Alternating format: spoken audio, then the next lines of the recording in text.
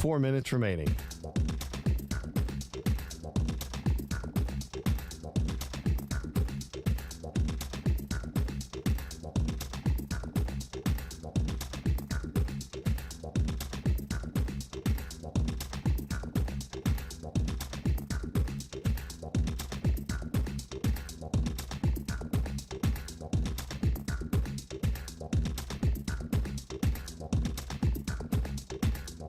Three minutes, 30 seconds remaining.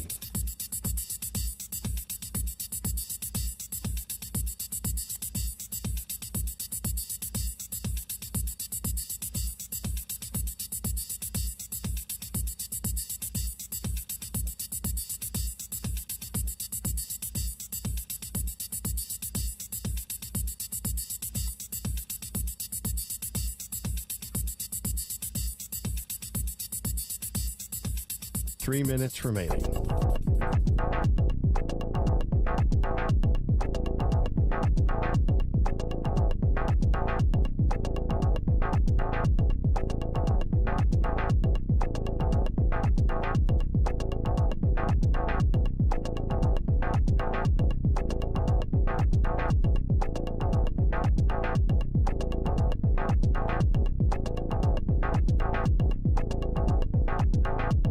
Two minutes, 30 seconds remaining.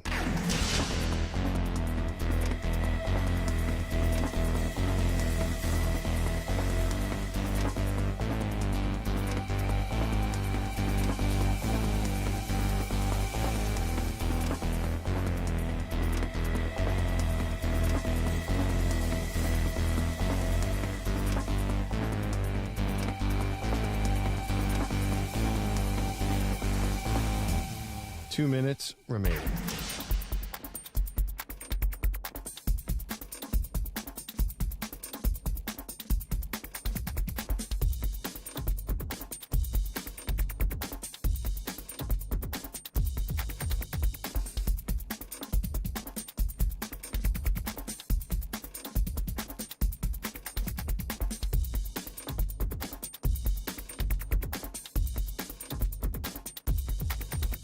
One minute, 30 seconds remaining.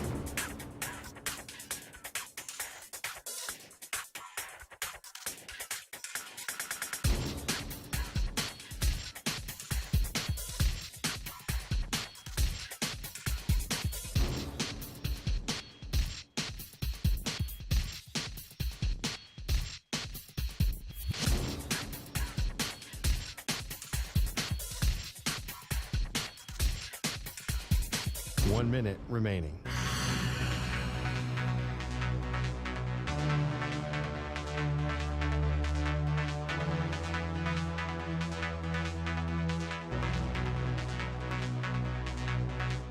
Forty-five seconds remaining.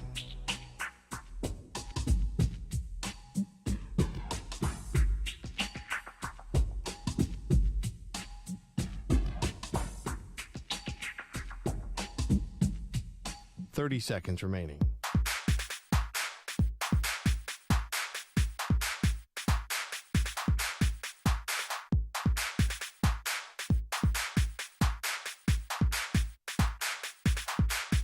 Fifteen seconds.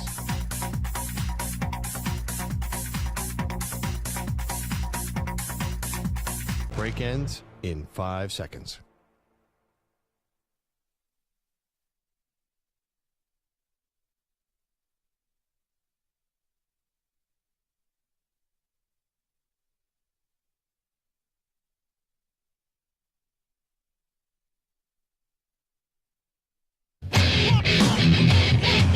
He's live. He's nationwide on CBS Sports Radio. This is the Zach Gelb Show.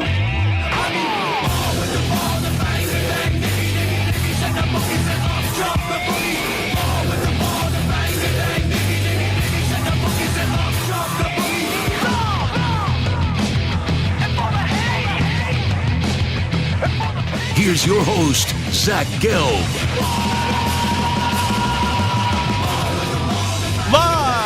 From the place yet not overly ostentatious studios of CBS Sports Radio here in beautiful New York City, sitting on top of the 10th floor, 345 Hudson Street, Welcome on in to a big Football Friday edition of the Zach Gelb Show across all the great local CBS Sports Radio affiliates, Sirius XM, Channel 158, the free Odyssey app, and of course streaming on YouTube. 855-212-4CBS is the number to jump on in. 855-212-4227. And you could always get at me on Instagram, where I'm straight flexing, or via the good old cesspool of Twitter at Zach Gelb. That's ZACHGELB. We got a whole lot to do today. Joe Thomas, the Pro Football Hall of Famer, offensive lineman, legendary Cleveland Brown. He's going to stop by at 3:20 p.m. Eastern. Coming up in hour number 2, Lorenzo Neal will join us. And then in the final hour of the show, Ryan Horvat will stop by for some picks via BetMGM tonight.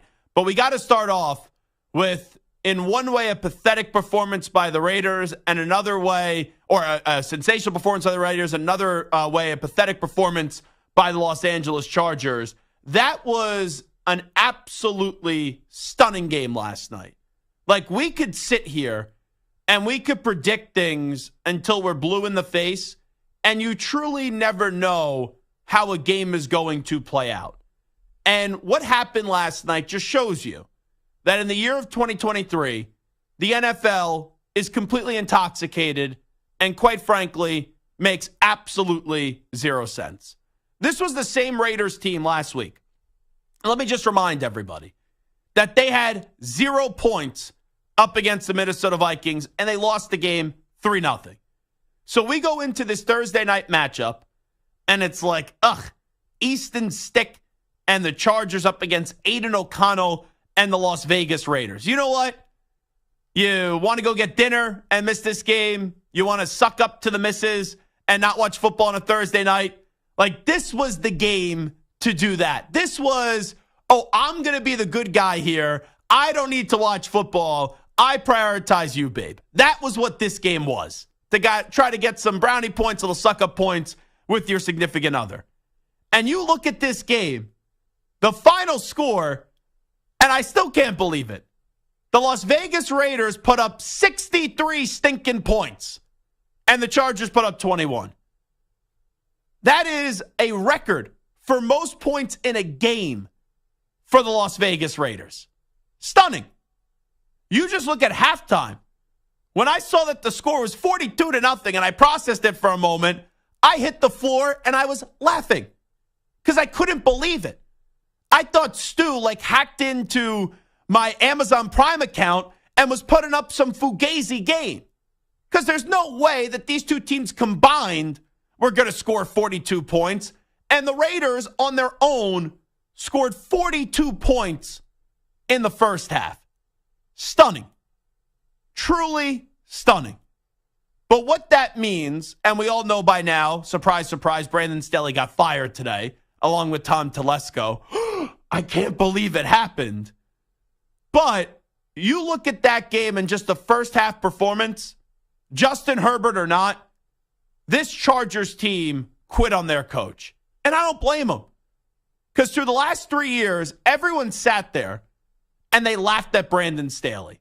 They laughed at him with the timeout against the Raiders 3 years ago that cost the Chargers a trip to the playoffs. They laughed at him when they were up 27-0 in a playoff game against Jacksonville and choked it up. They laughed at him this year, even when he got away with his stupid play calling and analytics, where you go for it inside your own 35, and you did that back-to-back weeks, and you were lucky that Kirk Cousins and also Aiden O'Connell 3 interceptions and gift-wrapped you 2 victories. And I've talked to quite a few Chargers players throughout the last 3 years. And every single time the topic of their coach came up in Brandon Staley, they said words, but you knew that their words were completely empty. And they were just saying positive things where if you just read them, it's like, oh, they actually like the coach. But when you see those players' facial expressions, when you hear the emotion in their voice, it was lacking anything of actual words of support for Brandon Staley. And it's not a surprise whatsoever that eventually the Chargers players quit on their coach. And I don't care if you're without Justin Herbert. You can't tell me that this defense that Brandon Staley is a part of running, and right, he took the reins this year, is that bad where they allow 63 points to the Raiders. Or the offense can't do anything, and they can't even make it a competitive game for 15 minutes against the Las Vegas Raiders. Because you look at football in 4 different quarters. At the end of the first quarter, it was 21-0. At the end of the second quarter, it was 42-0. At the end of the third quarter, it was 56-7. And then at the end of the fourth quarter, it was 63-21. That was 60 minutes of the Chargers just lying down on a football field and saying, Las Vegas, roll over us. Las Vegas, just kill us, embarrass us, murder us, because we don't like our coach and we don't believe in our coach. And the jackassery that you heard from Brandon Staley in his last 3 or 4 press conferences is ridiculous. And how he had the audacity to stand up at the podium last night and say, oh, this just happens. No, this doesn't happen. You don't allow the Raiders to score 63 points. That's unprecedented. Give me a break. Oh, yeah, and I still deserve to be a head coach. Based off what? Your analytics make no sense. You've been stupid as a head coach. You've never adapted, and you're supposed to be this defensive wizard? And all your defense has done is regress. And you have a team, I get it, they're injured. But you have a team for the last 3 seasons that is loaded. Loaded. I'll say it again, with talent. And each and every year, this imbecile of a head coach can't find a way to get out of his own way. And Schefter put out a tweet, and he's exactly right. You'll remember Brandon Staley based off 3 games. The end of his first year as a head coach and the incompetence he displayed up against the Raiders. Then last year being up 27 points in a playoff game to Jacksonville and choking it up. And then last night allowing the Raiders to score 63 points. You know, I remember a conversation we had yesterday with Stu. Stu's like, I ain't wearing my Raider stuff today. I ain't wearing my Raider stuff tomorrow. Stu was expecting this to be a miserable, laughable game where maybe the Raiders could have won it, but it wouldn't have been anything impressive. It wouldn't have been anything exciting. But here comes the 3-3 Antonio Pierce-led Raiders with the Raiders team that's now 6-8 on the season. And that's, I don't know what's more stunning. The Raiders now being 6-8 or them putting up 63 points last night. Because with how much we've trashed the Raiders this year, it don't feel like they're a 6-8 football team. It feels like it's a lot worse. But they put up 63 points, and this is when you know Stu is very happy with the performance last night. Because he has the big font of the Las Vegas Raiders sweatshirt that he loves to wear. And just yesterday, I thought that sweatshirt was retired for the rest of 2023. And here comes Stu, deservedly so, after kicking the ass of the Chargers and making Brandon Staley submit, and that entire team just quit on their coach. Stu has a little smile on his face. Stu is a little happy camper today. How about that, Stuart? Did not have that coming, honestly. I didn't. I thought this shirt was in the hamper for the rest of the year until the springtime. Did not think it. I never thought they scored that many points. So I'm going to give you a take that I have given to everyone since October. And now today, everyone's joining the party.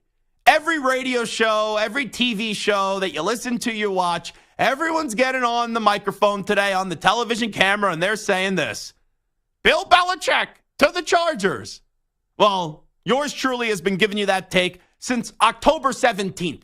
Exact date, may I add, when I sat here on national radio, on CBS Sports Radio, and I said the Chargers need to get rid of Dumb and Dumber in Brandon Staley and Kellen Moore, and they need to hand the keys over to the franchise in Bill Belichick. And guess what? I've doubled down on it since then. I've tripled down on it, and I've quadrupled down on it, and will continue to do so. The Chargers have an opportunity here to correct the wrong that they made last year. Because I remember after that choke job by Brandon Staley when they were once again up 27 points to the Jaguars and didn't walk out of Duval with a victory. I was in Colorado. I was visiting my sister, my brother-in-law, and my niece. And it was chilly. It was also sunny.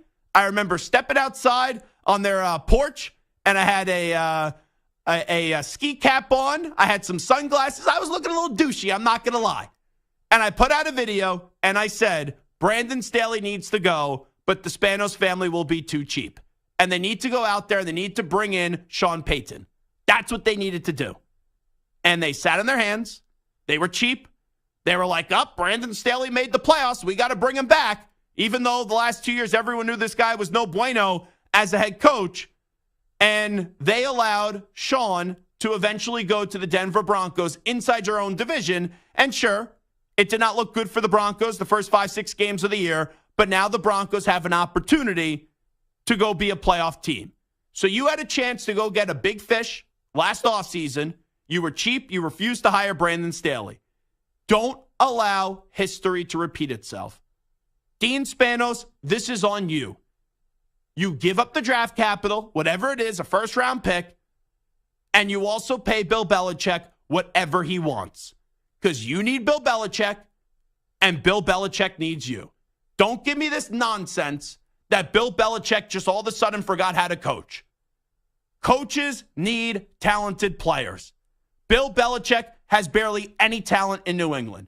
You tell me Bill Belichick walks into Los Angeles with Justin Herbert, Keenan Allen, Mike Williams, Quentin Johnston, Joey Bosa, Derwin James, and Khalil Mack. I guarantee you this. The Chargers will be in the playoffs next year, and the Chargers will be a double-digit win team. Because Bill Belichick is an adult in the room. Bill Belichick is one of the greatest head coaches of all time, if not the greatest.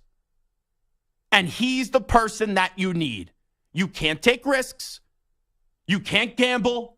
You can't say, we'll hire the young hotshot offensive or defensive coordinator that knows Sean McVay or knows Kyle Shanahan, because you tried that and you got embarrassed. And if you get this hire wrong after getting rid of Tom Telesco and Brandon Staley, and you get this one wrong, you will ruin whatever window that you have. Because this core is only getting older. I know your quarterback is young, but you get this hire wrong, you are wiping away 3 more years of football. So go get one of the greatest coaches of all time in Bill Belichick, with all these rumors that Robert Kraft has already decided he wants Bill Belichick out at the end of the year. It takes 2 to tango. You need Bill. Bill needs you. And it would be the perfect marriage, and it would put the Chargers for an actual first time in a long time, a feeling in that organization that they could go contend inside the AFC West, and they could go contend for a Lombardi championship. You go make another hire, outside of Bill Belichick, it better be the right one.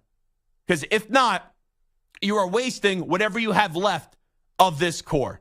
It is easy peasy. I should be running the Chargers. And I usually never say stuff like that. But I should be running the Chargers, because I told you last year they should have got rid of Brandon Staley and brought in Sean Payton, who was begging for the job, imploring to be the Chargers coach all throughout the year when he was doing his analyst work on Fox. They didn't do it. They sat on their hands, they dragged their feet, and now they look like a bunch of asses today. So don't mess this up. It is so simple. It is the easiest thing Dean Spanos has ever had to do as an owner.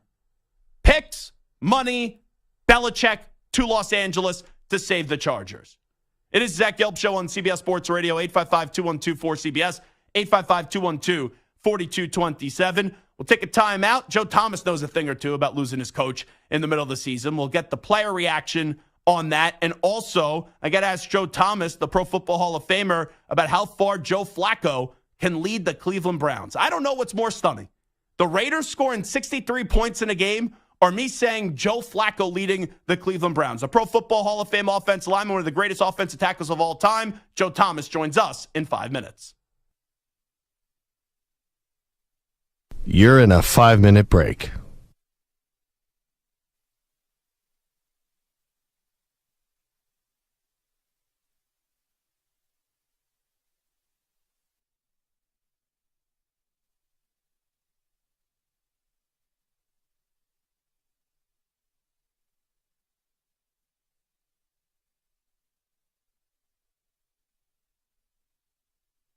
4 minutes, 30 seconds remaining.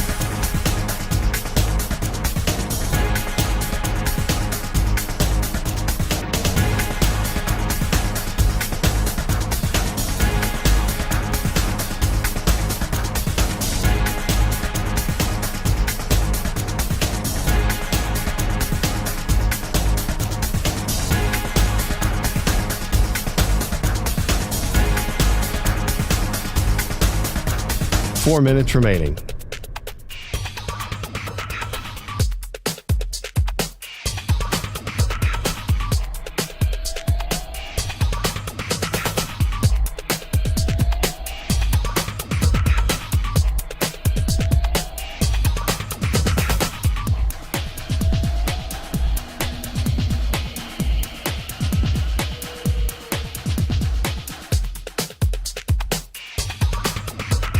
Three minutes, 30 seconds remaining.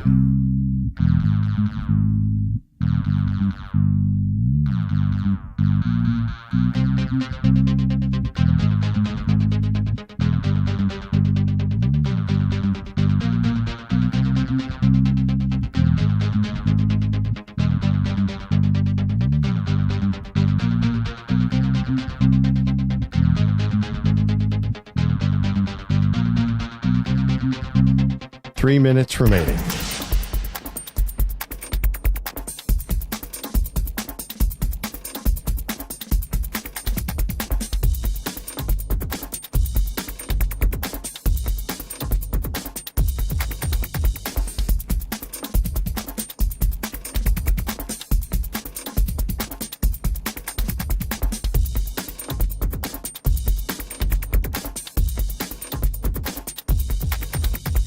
Two minutes, 30 seconds remaining.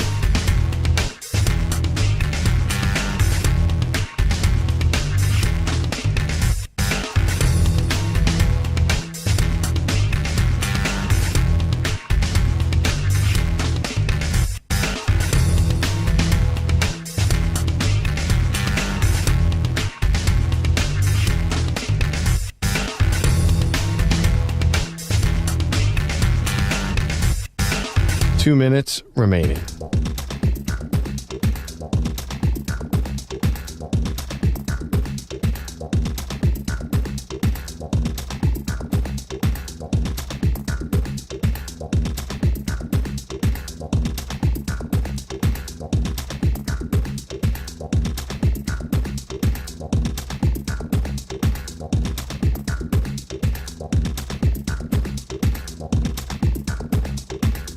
One minute, 30 seconds remaining.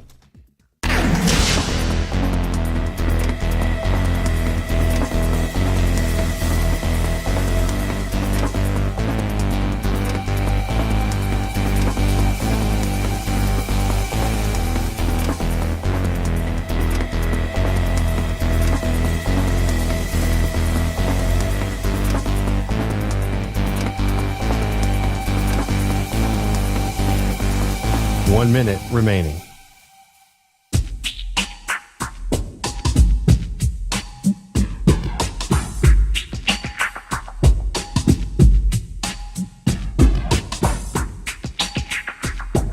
Forty-five seconds remaining.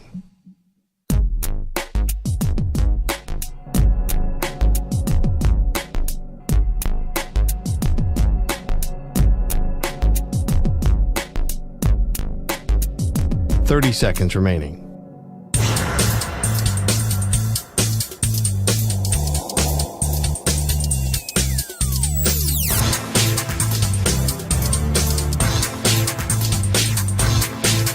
Fifteen seconds.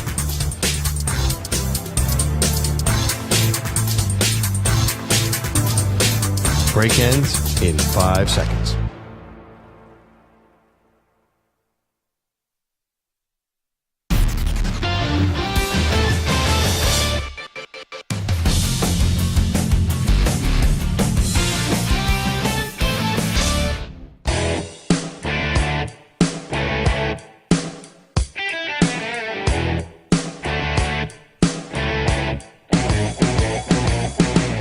Now back to the Zach Gelb Show. All right, it's Zach Gelb Show on CBS Sports Radio. You can stream the NFL on Westwood One for free, sponsored by AutoZone all season long. You can listen to every Westwood One broadcast of the NFL live on the NFL app by asking Alexa to open Westwood One Sports, or on the Odyssey app. Get in the zone, AutoZone. AutoZone's free battery testing and charging is available for free at your local AutoZone. Get in the zone, AutoZone. Restrictions apply. Big news today in the NFL. Brandon Staley, Tom Telesco out as the head coach and general manager of the Los Angeles Chargers. Raiders get a big victory last night where they put up 63 points, which is a franchise record. And Antonio Pierce is now 3-3 as the interim head coach of the Raiders. And we got a lot cooking on a Football Friday. You do have the Cleveland Browns going up against the Bears this weekend, as that should be a good one between Justin Fields and, how about this, Joe Flacco as the quarterback of the Cleveland Browns. That's something I never thought I would say, but he had a really good performance a week ago, and now he has rest of the year contract for a little over $4 million with the Brownies. So whenever we talk Cleveland Browns, we love talking to my next guest, one of the greatest offensive tackles of all time. He's in the Pro Football Hall of Fame, and that is the legendary Joe Thomas. Joe, always appreciate the time. Thanks for it. How are you? I'm doing great. Thanks for having me on, Zach. Well, thanks so much for coming on. So I want to start you off with the Hall of Fame, because I've talked to you off the air, but not on the air, since you got into the Pro Football Hall of Fame. It didn't surprise anybody. We knew that you weren't going to have to wait. But when you look back at that summer day when you were on that podium and you were inducted into the Pro Football Hall of Fame, just what are the memories that come back to mind for you?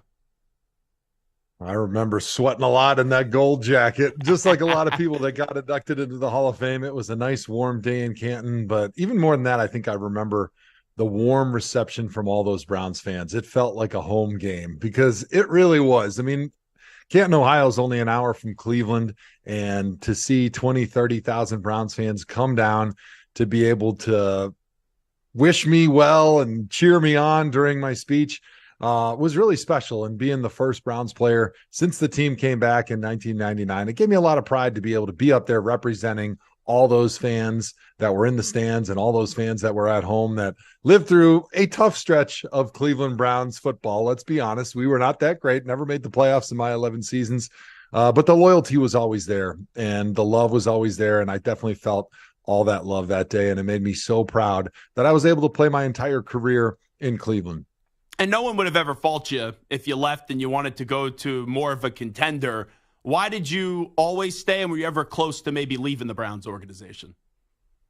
You know, I was always really happy in Cleveland. I loved the organization. I fell in love with it from day one. I love the city. You know, I'm a big fisherman, outdoorsman. Cleveland's got a backyard right there on Lake Erie, and it's just a great place to live. It's a great place to raise a family. The fans are as loyal and passionate as any fans in the country.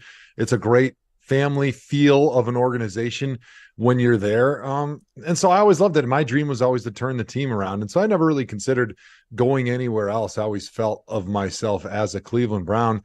But there was a chance in like 2015, I think it was, that I did almost get traded. John Elway was the GM of the Denver Broncos. Peyton Manning was the quarterback. They had just lost their all-pro left tackle, Ryan Clady, for the season. They were obviously making a Super Bowl run. They won the Super Bowl that year. And they were looking to replace the Clady at left tackle to try to win a Super Bowl for Peyton Manning. And from my understanding, them and the Browns were very close to getting a deal done. But I think what ended up happening is the Browns just kind of let the clock run out at the trade deadline, because they weren't winning the Super Bowl that year. And I think everybody in Cleveland was maybe a little bit nervous for being known as the person that traded Joe Thomas to the Broncos, whether they lasted more than that season or another season. But it was a little bit close that season, but that was as close as it ever came. Now, I remember when Brian Dawkins, obviously a Pro Football Hall of Famer, was on the Eagles, and he eventually ended his career with the Broncos, and he tried to bring Philly a Super Bowl all those years, and they were close. And then he came back in the front office in some capacity when they actually won the Super Bowl. Do you ever have like any interest coaching or maybe being in the front office one day, and maybe aspirations to finally get that ring and maybe do so with Cleveland down the road? It's a great game, Zach. I love the game of football. It's provided so much for me and for my family. I'm so happy right now to be able to coach my son. He's 7 years old playing flag football. That's awesome. I love that. And so really in retirement, I'm very happy to be dad first. Got a bunch of businesses that I'm working on that I really enjoy, chasing those passions, chasing coaching the kids at home, which is a lot like babysitting when you're dealing with 7-year-old boys. But it's a lot of fun. It humbles you.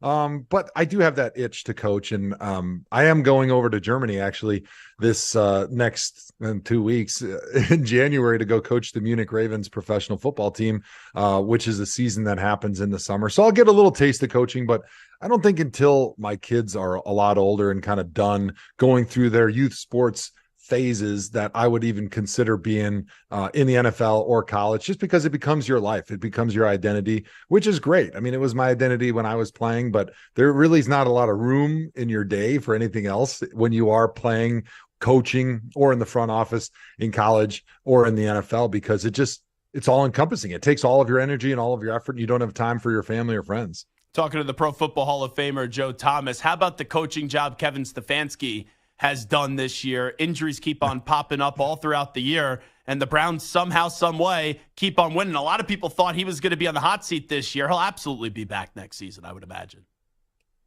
He's doing such an amazing job. I mean, I don't know where they're going to finish. I know there's some teams in the NFC that are probably going to have better records no matter what happens down the stretch for Cleveland, even though Cleveland does have a pretty favorable schedule going and finishing the season. But Kevin Stefanski's basically doing it right now with the guys that I was talking about during preseason when I was covering the Browns and calling their games with Chris Rose.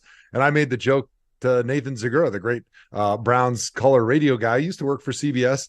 I said, hey, do you want my notes from preseason? Because that's basically the guys that they've got out there. And Kevin Stefanski's winning games. It's amazing. I mean, Flacco, he popped up out of carpool, hanging out at his mom's house to go play for the Browns. He's won a couple games for him. He's won one game for him and looked great in both games. And it's just amazing the job that they're doing. I mean, they're down to their 4th and 5th starting offensive tackle. I mean, when I was playing, we had a really good offensive line, but if we lost one dude on the line, we were kind of cooked. And now they're down to dudes that weren't even on the roster that are starting a tackle, and they're playing some of their best offensive ball right now. So I think you really can't say enough about the job Stefanski's done, being able to pivot, especially on offense, around the talent that he's got, and not just saying, hey, this is my offense, this is what you guys have to do. I mean, he was running wide open, 3 receivers, shotgun when Deshaun Watson was there and DTR was there at the helm. And then now all of a sudden Joe Flacco comes in, it's under center, it's play action, it's more tight ends. And so to me, that's the mark of a great coach. It's seeing what your personnel is and adjusting what you do to the talents of your team. And the Flacco story is wild. And I know we probably shouldn't look at it this way because players change teams all the time, especially when you've been around this long. But how many AFC North matchups, right? The Browns had up against the Ravens. Browns fans probably used to hate Joe Flacco, and now they're rooting for him to potentially lead the team to the playoffs. Yeah, it's crazy. So when I was playing in Cleveland, there was this great YouTube video. It was called the Hastily Made Cleveland Tourism Video. It's super funny. It was, kind of poking fun at ourselves in Cleveland. It was all about, the things that maybe aren't the best about Cleveland, but it finishes with this great line. It goes, at least we're not Detroit. We're not Detroit. And as soon as we signed Flacco, all I could think of is, at least it's not Ben Roethlisberger, because that would not be forgivable for Browns fans. Even though we had a lot of battles against Flacco, I feel like there was not a lot of hatred towards him, but I'm not sure if we signed Big Ben, if there would be the same love and the Flacco Nation crew out there at Cleveland Browns Stadium as they have right now. You've gone up against so many great defensive linemen. To see what Myles Garrett's doing, even with the injury, let's say you were going up against Myles, like what would you be thinking about to try to slow him down, as he's just been a force, not only this year, but really his entire career? Yeah, I had to play against him as a rookie. Thankfully, I didn't practice all that much my last season in the NFL because I was so banged up. But just even going against him when he was a rookie was scary because he's just so explosive off the ball. He's got such a quick first step. He can get so low when he bends around the corner, ducking under an offensive tackle, and then he can change direction at full speed. So I imagine his L drill, the 3-and-cone drill that he did at the combine, had to be like world record because he doesn't lose any speed, whether he's running straight or he's turning. And I think that's what makes him so dangerous. And he's just super powerful. So he can bull rush guys. He can really beat you in three ways, which is an offensive tackle's nightmare. He can go inside, outside, or he can run you over. And really on the defensive side of the ball, they've got great players across the board, but they've dealt with a ton of injuries as well. But Miles is really the glue on that side of the ball, because when you can rush the passer, and the only way an offense can stop you is by putting two resources on you on every play. And that's like, okay, the guard and the tackle have to double team, or the tight end and the tackle have to double team, or we need to leave in a receiver or a running back. Like automatically it gives you the chess advantage on the board from a defensive standpoint, because you're playing now 11 on 10. I'm just wondering, because Joe Thomas here with us, the Pro Football Hall of Famer, the Browns this weekend, they play the Bears. The Bears have 2 high draft picks expected this year, maybe the number 1 overall pick. And everyone's wondering, well, will Justin Fields be back as the quarterback? Will they take a quarterback in the draft? Unfortunately, during your career, you know a thing or two about the Browns drafting a ton of quarterbacks and there being speculation. Is this guy the guy or not? What is that like as a player when you have all these distractions and all these questions around your team if the quarterback is going to be the quarterback next year? If you've dealt with it a few times throughout your career, like I did, because there was always a revolving door at quarterback, you just learn to tune it out. But I think it's really difficult for young guys because they hear it in the media every day. And I think this generation, because they did grow up with social media, they have a harder time tuning out the noise in the fan base and in the media. My rookie year in the NFL, I had Romeo Crennel, who won a bunch of Super Bowls with Bill Belichick and Bill Parcells. And one of the things that he said to me as a rookie, he said, whatever you do, don't read the newspapers, right? At the time, there's newspapers, yeah. Right? Now it'd be like, don't read your social media mentions. Yeah, log off the Twitter. Yeah, it was the best advice ever, because if it's good, it's rat poison, right? Because you start believing the hype, how great you guys are, and then that leads to diminished preparation and diminished focus on your job, and you start, smelling yourself, and you think it's pretty smelly in a good way. It smells like roses. But as soon as one bad thing happens, right? You lose, and maybe it's not even your fault. Maybe you played the best game of your life, but you lose, and then everybody kind of smells bad, and you start reading that, and then they get focused on those things, and it just distracts you from going into and doing your job every single day. And so I took that to heart, and I just never paid attention at all. And it led to some aloof moments sometimes when the media would ask you about, hey, what do you think about this? And I'm like, I don't know. I didn't even know that happened. That was on the defensive side of the ball. Or, hey, it's not in my department. I'm sorry. I just don't pay attention to it. And it was tough, but I think once you did it and you got used to that routine, it became easy. And, for this generation, for guys that are used to just, quickly looking up Twitter or Instagram as soon as they get off the practice field, it's tough not seeing that stuff. And it does become a huge distraction, because you're looking at Twitter and you're scrolling, or X, and you look over, and the guy that they're talking about replacing was the guy that was just calling the plays in the huddle, and he's sitting right there, and you're thinking, wow, that's kind of weird. It's kind of awkward. And then you start thinking about, like, well, if he's not my guy next year, should I be putting in that time to build that relationship with him? He's taking the old line out to dinner, and it's the end of the year. Like, we should be having a good time and breaking bread and sharing that brotherhood, but like, maybe he's not the quarterback next year. And you just have all those thoughts in your mind that are counterproductive. And then I think then leak into his mind, and he starts wondering, should I be putting all my effort into this if this is not where I'm going to be in a couple weeks? Did you ever have a conversation as a player? Because we always knew you gave a max effort. Effort was never a question with you. But you see, like last night, the Chargers allow 63 points to the Raiders. I sit back and I go, they quit on their coach. We know Staley gets fired today. We know you would never quit, but you used to have to tell your players in the locker room, guys, I don't care who the coach is. I don't care how bad we are, how bad the quarterback is. We got to give it a full effort each and every week. Yeah, I think it's important to do that during the week, and you're maybe not asking them to try hard, but you're trying to get them to focus and say, you know what, maybe the result of the game is not important because we're out of the playoffs, or the coach has already been fired, or whatever that looks like. But you try to find ways that will motivate each player individually. Hey guys, the new coach is going to get hired. He's watching this film. He wants to see who's bought in, and the decisions that they make in the offseason are, if it's 50-50, they're going to get rid of your ass, because they're going to want to bring in their own guys.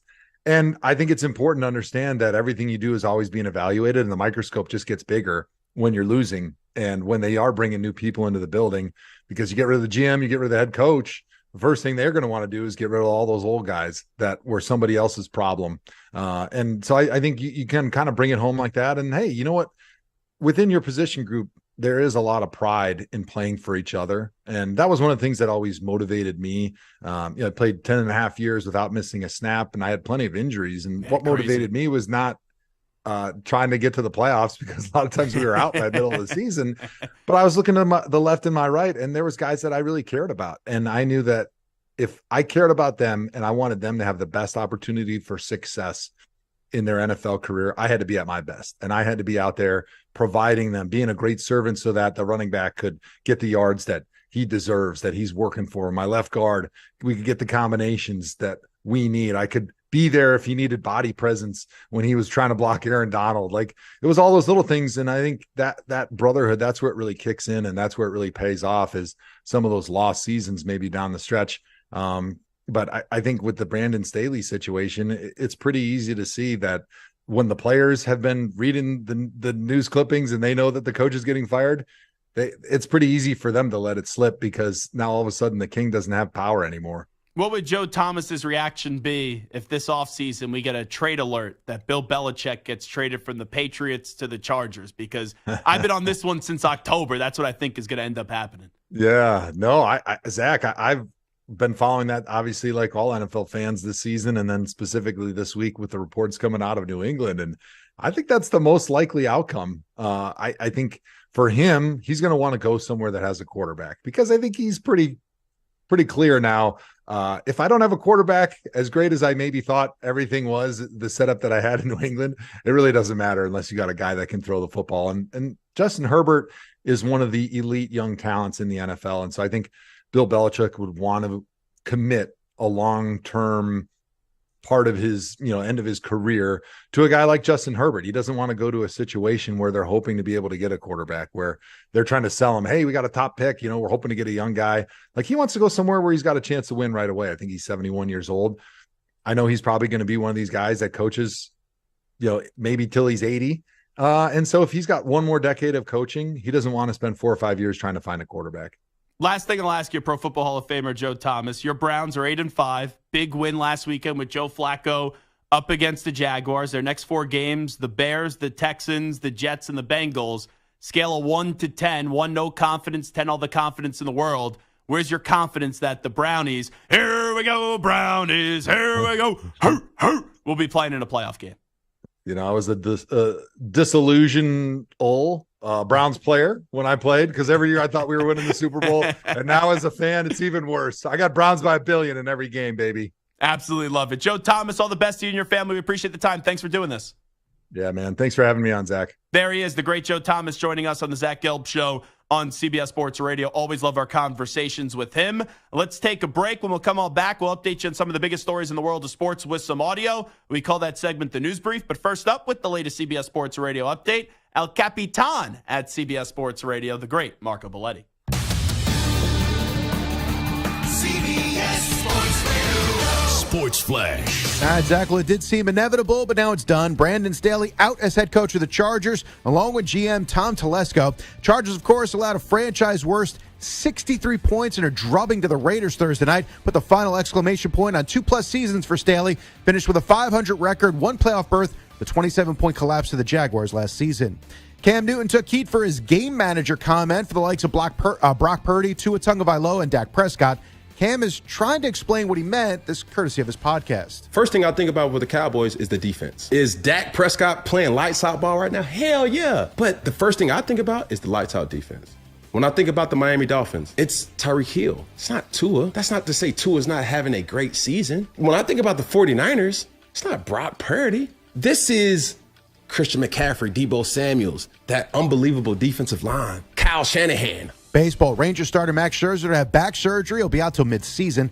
Dodgers reportedly agreed to a 5-year extension, $135 million with Tyler Glasnow to complete the trade with the Rays. And the Royals reportedly come to terms with pitcher Michael Wacha, 2 years, $32 million, and outfielder Hunter Renfroe, 2 years, $13 million. I'm Marco Belletti. CBS Sports Radio is turning up the heat this December. From the NFL playoff push, bowl games, and coast-to-coast action from the NBA hardcourt to the college game, we've got you covered. CBS Sports Radio.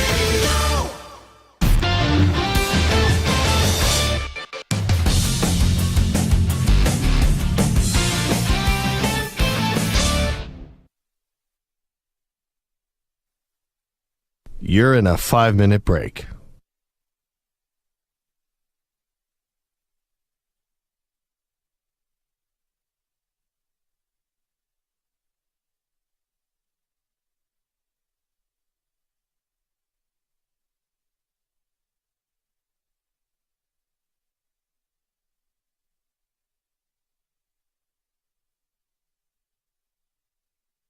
Four minutes, 30 seconds remaining.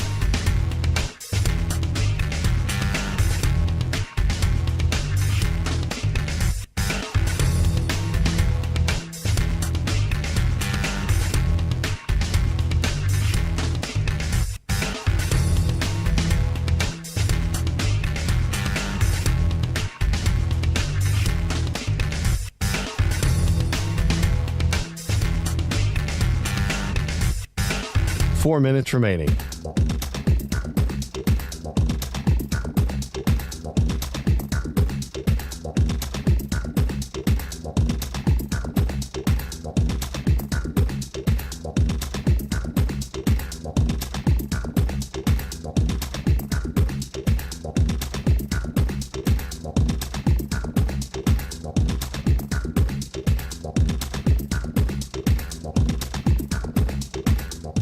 Three minutes, 30 seconds remaining.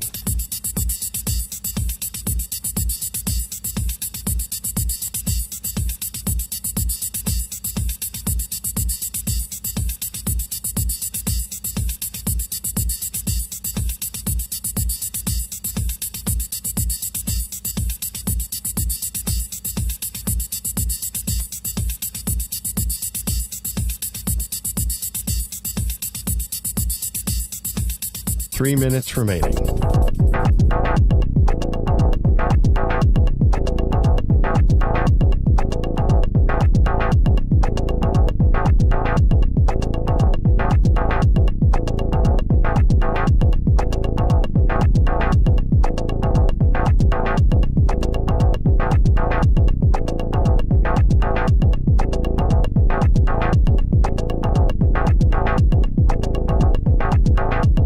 Two minutes, 30 seconds remaining.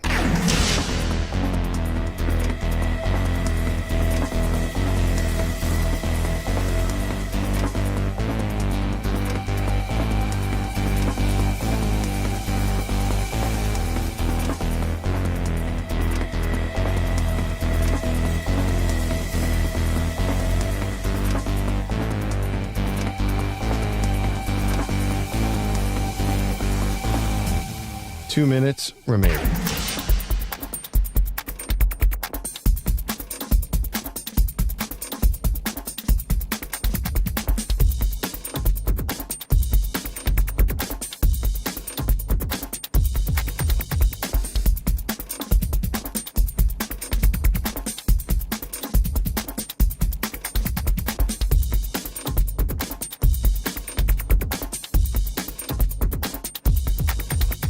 One minute, 30 seconds remaining.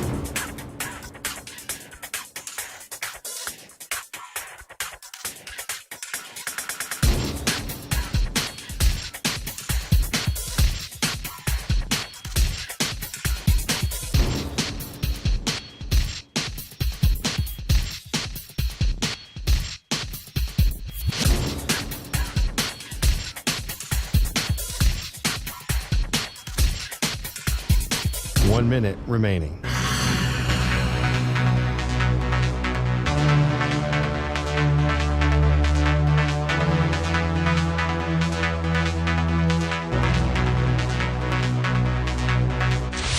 Five seconds remaining.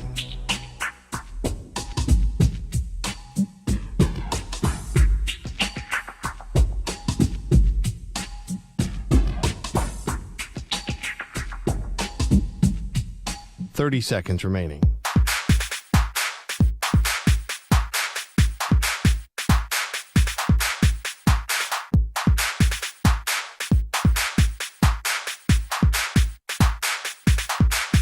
Fifteen seconds.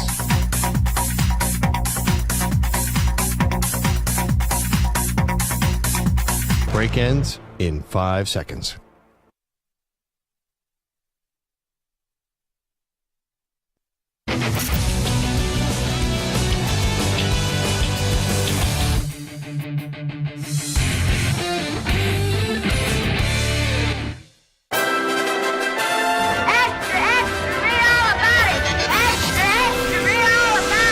time for your daily news brief. We get you caught up on the rumors, reports, and reconnaissance from the day in sports. Yep. It's time to Ask the Pros, where you, the listener, get to ask us a question, and it's brought to you by O'Reilly Auto Parts. Simply tweet your question at CBS Sports Radio or at Zach Gelb using the hashtag Ask the Pros. Be listening later in the show when we might answer your question. Think O'Reilly Auto Parts for all your car care needs. Get guaranteed low prices and excellent customer service from the professional parts people at O'Reilly Auto Parts. O'Reilly Auto Parts. Big questions about Tyreek Hill. Will he play this weekend up against the Jets? We know he's dealing with an ankle injury that he returned from in their embarrassing loss to Tennessee. Here is Mike McDaniel on the decision whether to play Tyreek or not. Bottom line is, we'll have a conversation that will be based upon, remember, this is Tyreek Hill's career. He's a very experienced player. I handle very experienced players different than I handle younger guys because they know what they signed up for, and it's his career. So if he's confident, and then I have the support of the medical guys, he's confident that he can go be himself, then he'll play. If it's not that, then he won't. And Tyreek Hill did not practice today, and he's questionable for the game. Here is my question. Does Tyreek Hill care more about 2,000 yards, or does Tyreek Hill care more about getting the rest for the Dolphins' potential Super Bowl push? That's what I'm wondering. Because Tyreek already has a ring with the Kansas City Chiefs. And I wonder, what is he thinking more about? Is it, let me rest, let me sit out this week, and I'm going to preserve myself and get in better health so I could go make a Super Bowl run here in the final 3 weeks of the regular season? Or is it, as Ari Marov points out from My Sports Update, he's only 458 yards away from 2,000 yards. 458 yards away from that 2,000-yard mark. So I wonder what is more important to Tyreek Hill, where if you do get that 2,000-yard mark, you also may become the first ever MVP that we've seen from the wide receiver position. If I'd take a guess, I think the 2,000 yards is more important to Tyreek Hill. Let's go to Julian Edelman and Rob Gronkowski. They were on the Up and Adams show with Kay Adams, and they were asked about the report from Tommy Curran that the Patriots are going to say sayonara to Bill Belichick after this season. I don't think it's like 100% done. I don't think either of them on either side are thinking about that right now, or at least on Bill's side. Bill's is probably just going to play the season out and worry about trying to win football games. But it won't hit me until it's actually, hit. I don't even know where to go with it. I agree with Julian. I think those reports are they're not, too far stretched out there, but they're kind of false still, because I think there's still some season left to play. Coach Belichick can definitely prove himself. I don't care how much of a robot you think Robert Kraft and Bill Belichick are. There is no way that they aren't at least thinking about it right now. I know you could say, we're on to Kansas City. We're only focused on Kansas City. Robert Kraft's thinking about the future. Bill Belichick's thinking about his future. But I do agree with Gronk and Edelman. I don't think a final decision has been made yet. I do think it's more likely that they don't have Belichick back next season, but I do not believe whatsoever that it is sealed, signed, and delivered. Let's go to Darius Big Play Slay of the Philadelphia Eagles. So an Eagle fan earlier this week showed up outside the facility with a trash can with Big Play Slay written on the trash can, and this is his reaction to it on the Big Play Slay podcast. Let me address this. I saw a photo on the internet with a trash can with me and my boy James Bradbury on there. Come on now, come on. And y'all know I'm a big time troller. I like to have fun. I think it was a good joke, man, good funny, but I think I played pretty good. I think I done had a very, very solid game, man. I think I had like 2 or 3 PBUs, no making plays, no catches, no nothing. Come on now. Out of all days, you want to put the trash can out there when I had a damn near a perfect game. You know what I'm saying? I could have did a lot of stuff better, but maybe could have picked the ball, could have made some other plays, but overall, the game was great by me. You know what I'm saying? But as a team, we play worth the I don't know. Maybe I'm off here. But when you get embarrassed on Sunday Night Football, I think you are just so tone deaf as a player to talk about how you individually played a near perfect game and how great you were when your defense got shredded by Dak Prescott and the Dallas Cowboys. Like, you are above the fans. You are above the media, Darius Big Play Slay. You control what comes out of your mouth. So, yeah, you may not like that there's a trash can with your name on it outside the facility. I think there's better ways to address it. And when you started off by saying, oh, that's so messed up because of how great I played in the game and your team got just embarrassed, it's like, are you a team player or are you all about just your individual performance? And I always say this to athletes. If your team loses, I don't care how you play. Acknowledge that the team lost. Acknowledge that the team got blown out. And don't talk about first how great you were individually. Because if you being great individually is all that matters, then what are you doing? Like, fans don't care when you play great individually in a losing effort. It wasn't like you lost the game by 2-3 points. You got blown out by the Dallas Cowboys. Here's Kyle Shanahan on the whole MVP conversation regarding Christian McCaffrey and Brock Purdy on his own team. The only reason I wouldn't overly comment on either one of them because I don't want them to cancel each other out. But if any non-quarterback's going to get an MVP, I don't get how Christian McCaffrey can. I mean, he's amazing in what he's done all year.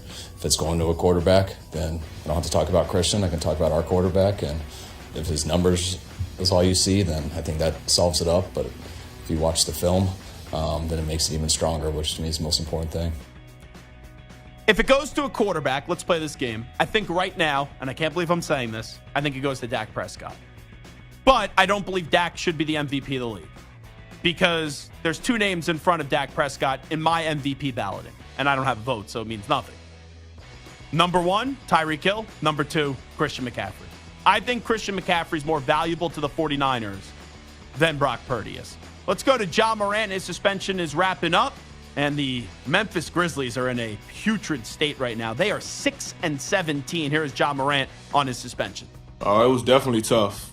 Horrible days, it was tough. But like I said, to start this, with the support, that I had, throughout this process, it definitely helped me a lot. Obviously, basketball is, like you said, something I've been doing, pretty much my whole life. Something that's, therapeutic, for me. Obviously, taking that away, it makes it tougher. Well, you had one incident with the gun, and then shortly after that, you had another incident with the gun, toy gun or not. So let's see if you actually learned with how you're going to handle the rest of your career. Time will tell. Here's Steve Kerr on Draymond Green's suspension, which is an indefinite suspension. I think the suspension makes sense. To me, this is about more than basketball. It's about helping Draymond. I think it's an opportunity for Draymond to step away and to make a change in his approach in his life, because the one who grabbed Rudy and choked Rudy, the one who took a wild flail at Yusuf, the one who punched Jordan last year, that's the guy who has to change, and he knows that. Well, then why did you wait to try to get him to change so long? Because it's not like we all just woke up yesterday and realized Draymond's been a pain in the ass and he does a bunch of inane and dumb things. He's been doing it for a while, and even after punching a teammate in the face last year in practice, you basically did nothing. And then this past offseason, you rewarded him with a $100 million contract. I don't expect Draymond to change whatsoever.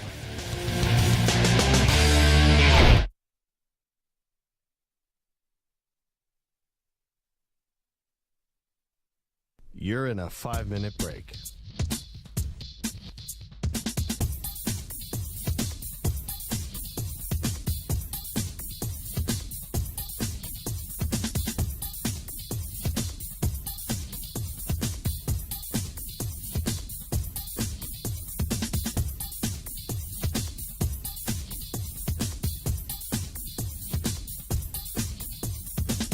Four minutes, 30 seconds remaining.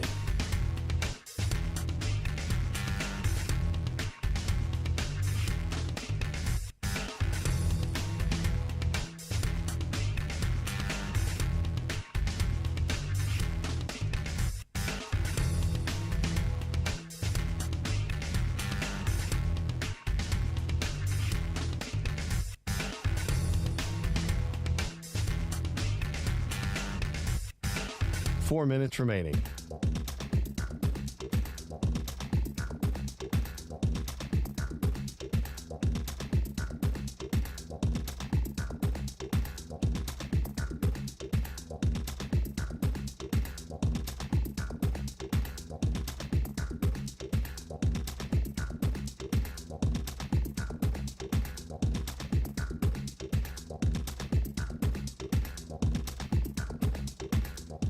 3 minutes, 30 seconds remaining.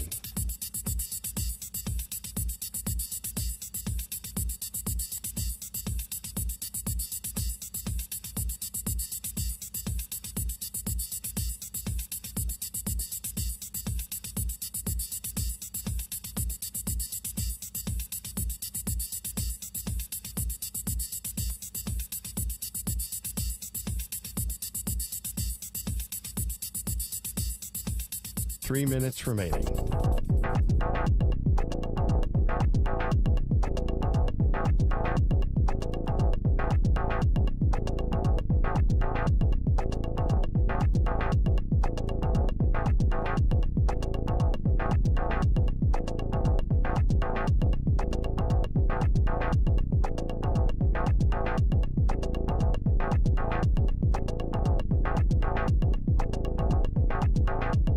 Two minutes, 30 seconds remaining.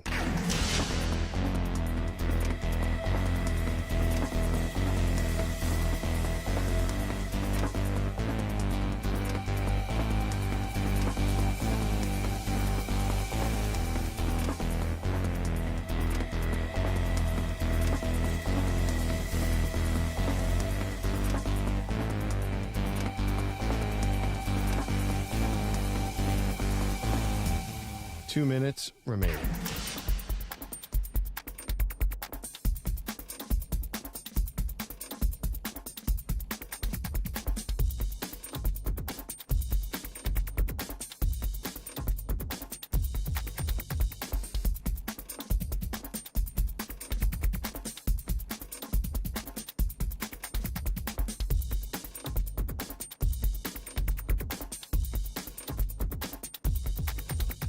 One minute, 30 seconds remaining.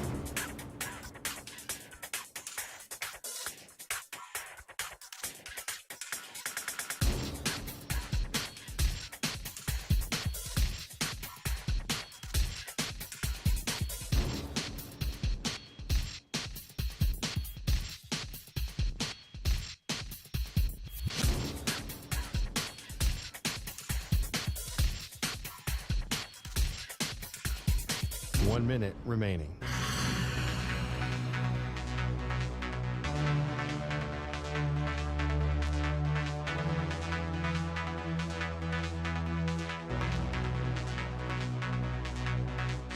Forty-five seconds remaining.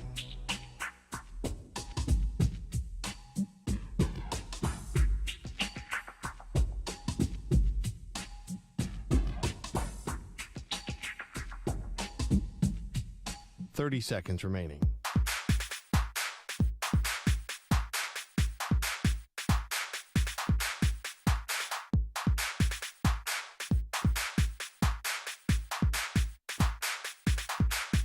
Fifteen seconds.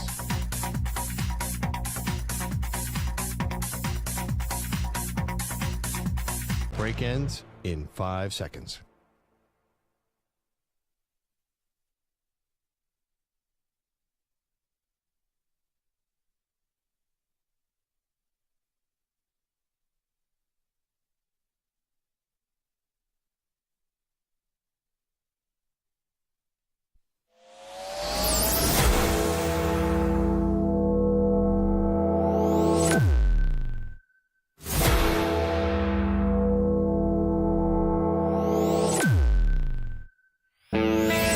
He's live.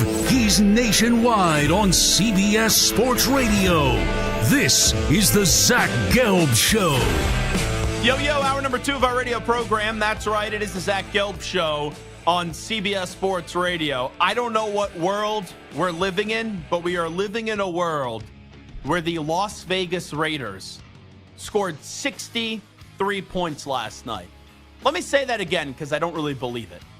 The Las Vegas Raiders scored 63 points last night. Wow.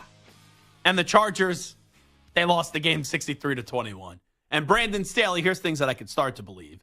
And Tom Telesco, both out of jobs today, no longer the head coach and general manager of the Los Angeles Chargers. And I tweeted this out last night, and I stand by it. The Chargers handled the firing in the right way.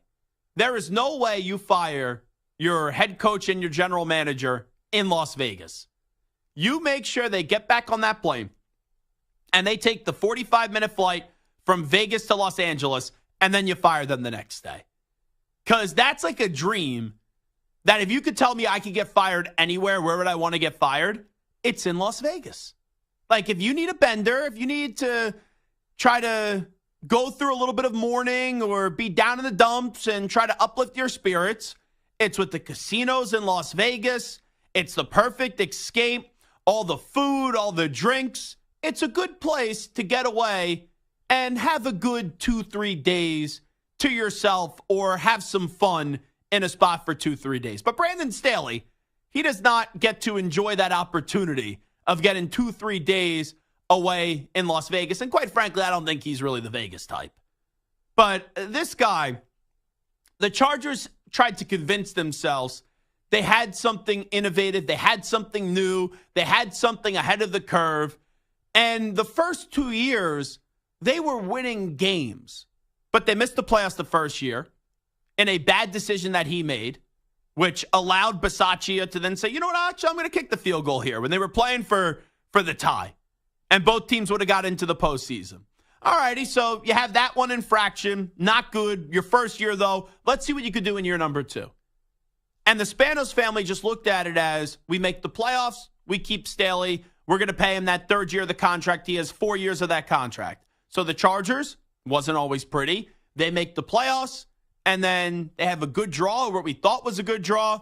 Wild card weekend. They're in Jacksonville, in Duval, and they're up 27 points in the game. And then they choked. And the moment that choke job happened, I don't care if the bar before the year was just to make the playoffs and he met that threshold, you needed to get rid of Brandon Staley. Also, you had an opportunity to go get Sean Payton. But the Chargers were cheap. The Chargers didn't want to give up the draft picks. The Chargers didn't want to pay the money to go secure a Super Bowl winning coach. And where did Sean Payton go? Walked right over to Denver. Oh, Denver. We'll trade the draft picks. We'll use the Walmart money to go get our coach. And look, even though it was an ugly start for the Broncos now have everything right in front of them in the final 4 weeks of the season to go make the playoffs. For a team that was one of the biggest laughing stocks in the league last year, and ever since they said goodbye to number 18, they've never been able to get it right in Denver. This is a step in the right direction for the Broncos in year 1. You're telling me, and I know injuries have played a factor in this, but there was a lack of belief from the players in that organization in regards to their coach. Because you hear all the rumors, you hear all the conversation about Brandon Staley. Players read things. Players listen.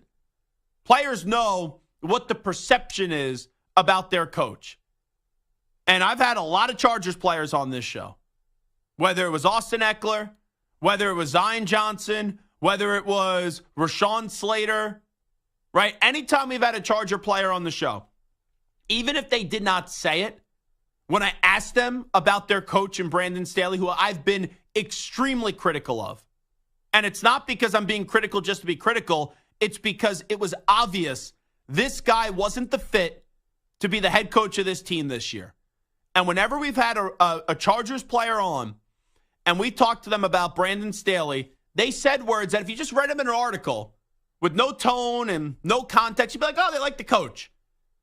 But when you hear what the players were saying, and you actually see the facial expressions via Zoom, or you hear the tone in their voice, it was like, Zach, you know I have to say something positive about my coach. But in reality, the conversations that are out there and that the opinions that have been formulated about him, down deep, if you injected us with truth serum, we'd probably all agree with it. And remember Austin Eckler? This was earlier in the season. He was asked about his coach, and he was like, oh, it doesn't matter what I think about my head coach. Remember that comment?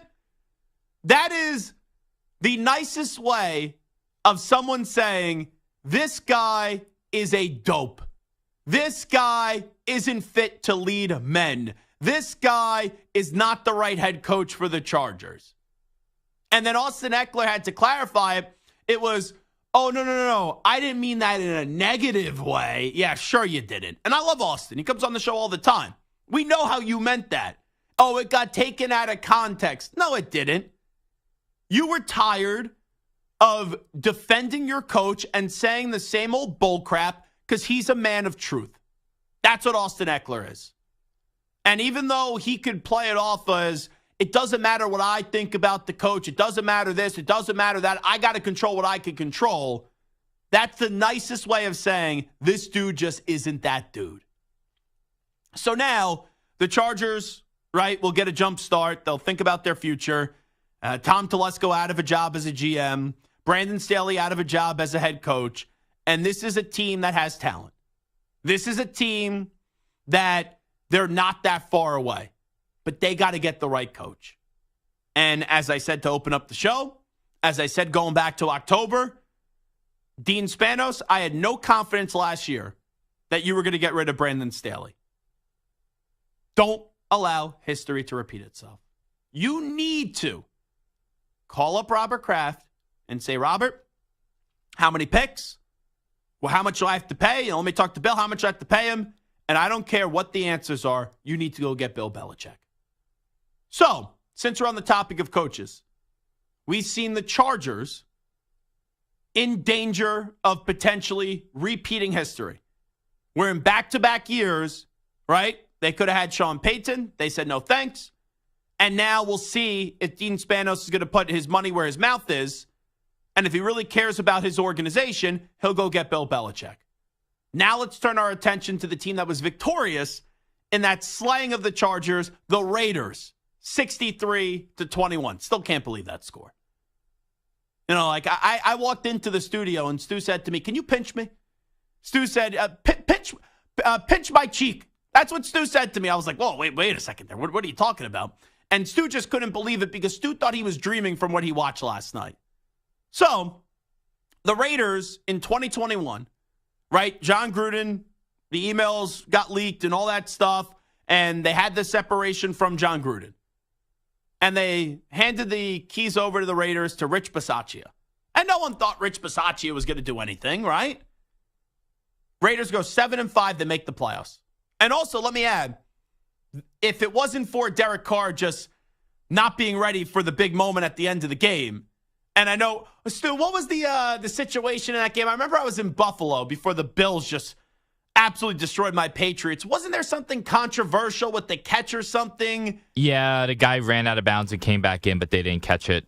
Okay, that was for the Bengals. I think that was in the second quarter. Yes, against the Bengals. It was in the first half. I remember I was eating wings in Buffalo from Bar Bill, and I was freezing my tuchus off watching that game in the parking lot or in the stadium. I remember I was watching the game at the Buffalo Bills stadium. But the Bills almost beat the Bengals.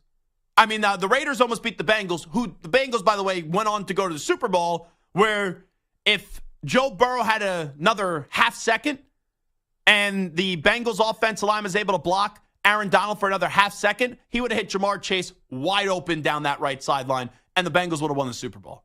So the Raiders go from, all right, no more Gruden, Bisaccia, 7-5, playoffs, where they lose a heartbreaker in the postseason on the road. And that offseason, a lot of people in that organization, and just because players want a coach doesn't mean you have to hire that coach, but a lot of players said, we like Rich Bisaccia. We've gone through so much. Remember, you had Henry Ruggs. You had Damon Arnett that year happen. You had the whole John Gruden situation. That group went through a lot. They went through a ton. And Rich Bisaccia was 7-5 as an interim head coach, and they looked basically every other place but Rich Bisaccia to try to make him the permanent head coach. And they ended up bringing in Josh McDaniels, who Josh McDaniels, by the way, was an embarrassment. He lasted 25 games as the head coach of the Raiders. So now the Raiders have an opportunity, once again, to make the interim head coach the permanent head coach. And this team is not good, right? You're playing Aiden O'Connell at quarterback, and, you know, I know that he was awesome last night, but the week prior, he led an offense that had 0 points. So just because Aiden O'Connell last night puts up 248 yards, 4 touchdowns, and you beat the Chargers 63-21, doesn't mean that all of a sudden the Raiders are working with a whole lot. But it's not like the Raiders are working with nothing. You got Josh Jacobs. I know he was hurt last night and didn't play in the game. But you have Josh Jacobs, and we'll see if he's back next year with the contract.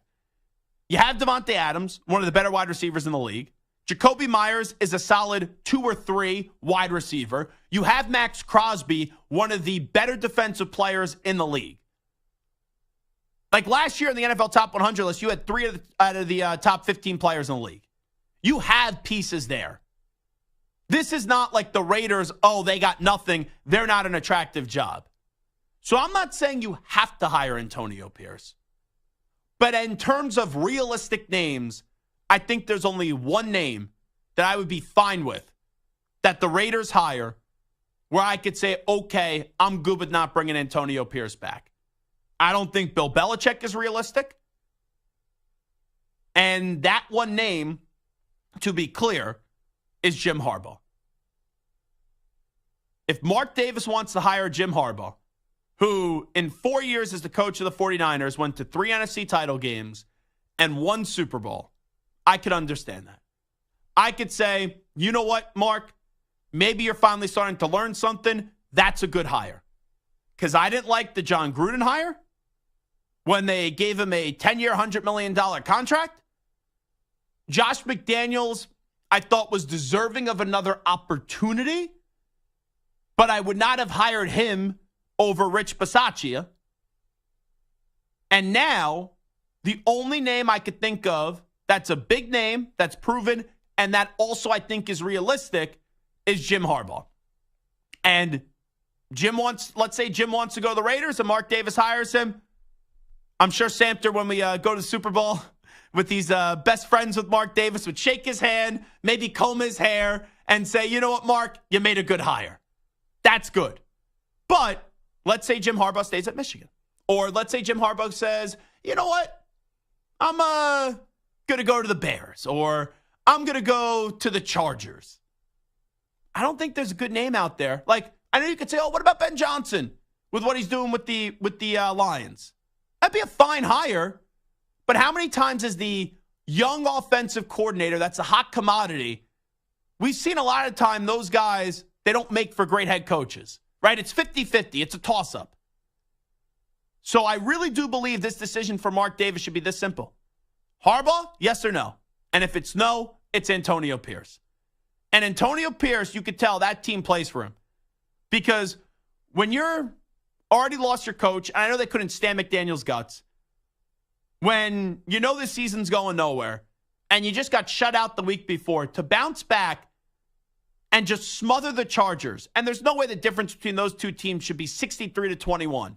It shows that they still believe in this coach. It shows that they like Antonio Pierce. So I would, at this point, Antonio Pierce doesn't get the job, it better be Jim Harbaugh. Now, just as I can't trust Dean Spanos to do the right thing, I can't really trust Mark Davis as well. Stu, where are you at? Do you think that's a fair assessment? Like, you're the Raider fan on this show. You love this organization. You want to see this organization do well. You're not like one of those fans that gets off to like the team doing poorly just so you could bitch and complain and freak out. You are tired of bitching and complaining about this team. You are a tortured soul when it comes to watching this team. Where are you at Antonio Pierce being the full-time coach of the Raiders next year? I'm pretty much with you. I'd probably add Brian Flores to that list. Oh, that's a good one. I would take him. But yeah, Pierce, if they can't get Harbaugh, I think Harbaugh probably might be unrealistic. I feel like there are probably better opportunities for him. If they can't get him or Flores, I would just give it to Pierce at this point, because I don't want either a retread coach who has failed before or someone who's not proven, because they've gone down both of those roads many of times, and most of the times have been failures. The Flores one is fascinating because you have the pending lawsuit with the league. The guy is deserving of another opportunity. And the only thing that concerns me about Flores, who has done a kick-ass job with the Vikings defense this year, is that his relationship with Tua was so bad. And Flores comes from the Belichick tree where it's my way or the highway. And a lot of times those Belichick guys, they don't adapt, like a Josh McDaniels when given a second opportunity. So I do wonder, with it being ambiguous of who the quarterback of the future is going to be for the Raiders, if Brian Flores can adapt enough to have a decent relationship with this quarterback, because it's clear he had no relationship with Tua Tagovailoa. That would be my only concern about Flores. But it is a fascinating name that you do throw out there. And he should be a head coach next year. I would hope he's a head coach next year. But with the whole lawsuit, I can't really say that I'm all confident that the 31 other owners in the NFL, like outside of Mark Davis, and even factor in Mark Davis, make it all 32, would be A-OK with Brian Flores becoming a head coach again in the NFL. It is Zach Gelb Show on CBS Sports Radio. We go to a Chargers legend next, Lorenzo Neal, as he will react to Brandon Staley getting fired and that pathetic performance by the Chargers last night as they tapped out and quit. You're in a 5-minute break.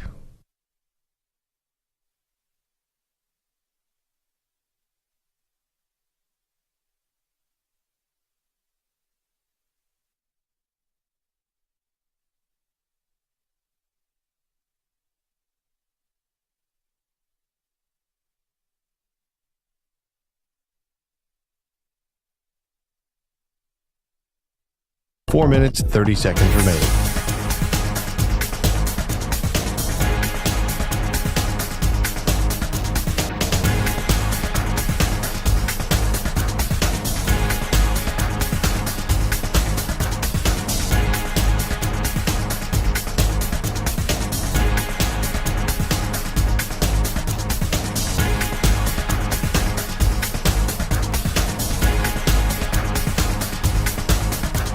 Four minutes remaining.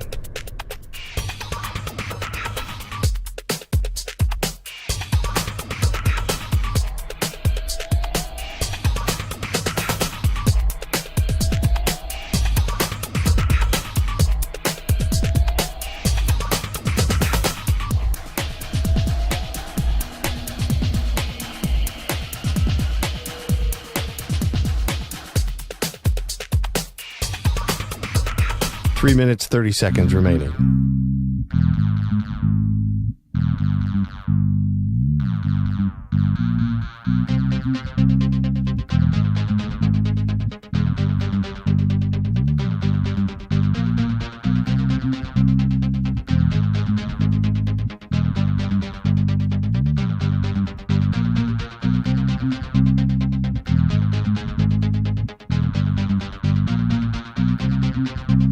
Three minutes remaining.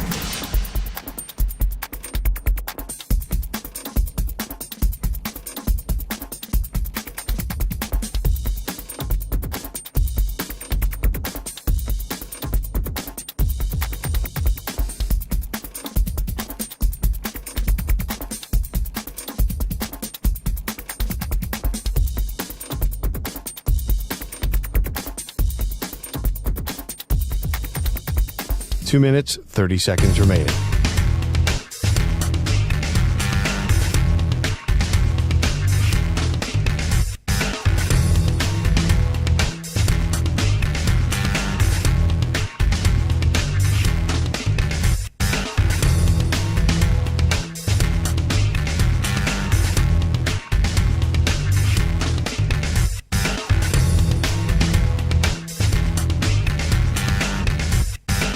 Two minutes remaining.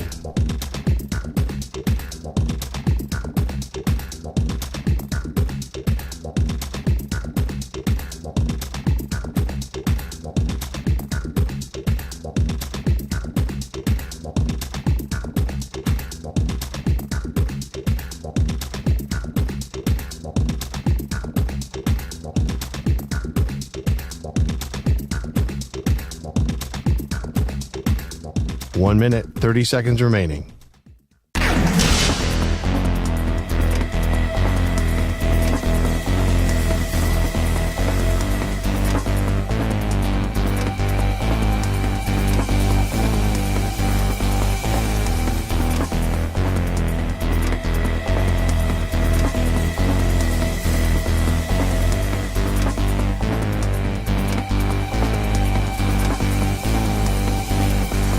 One minute remaining.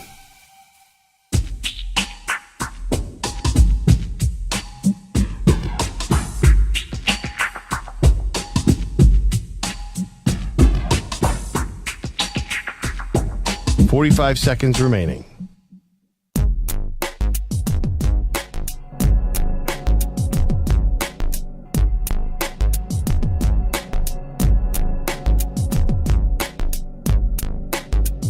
Thirty seconds remaining.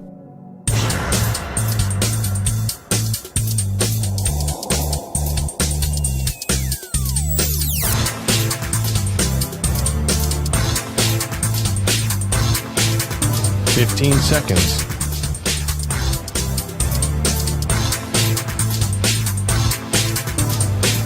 Break ends in 5 seconds.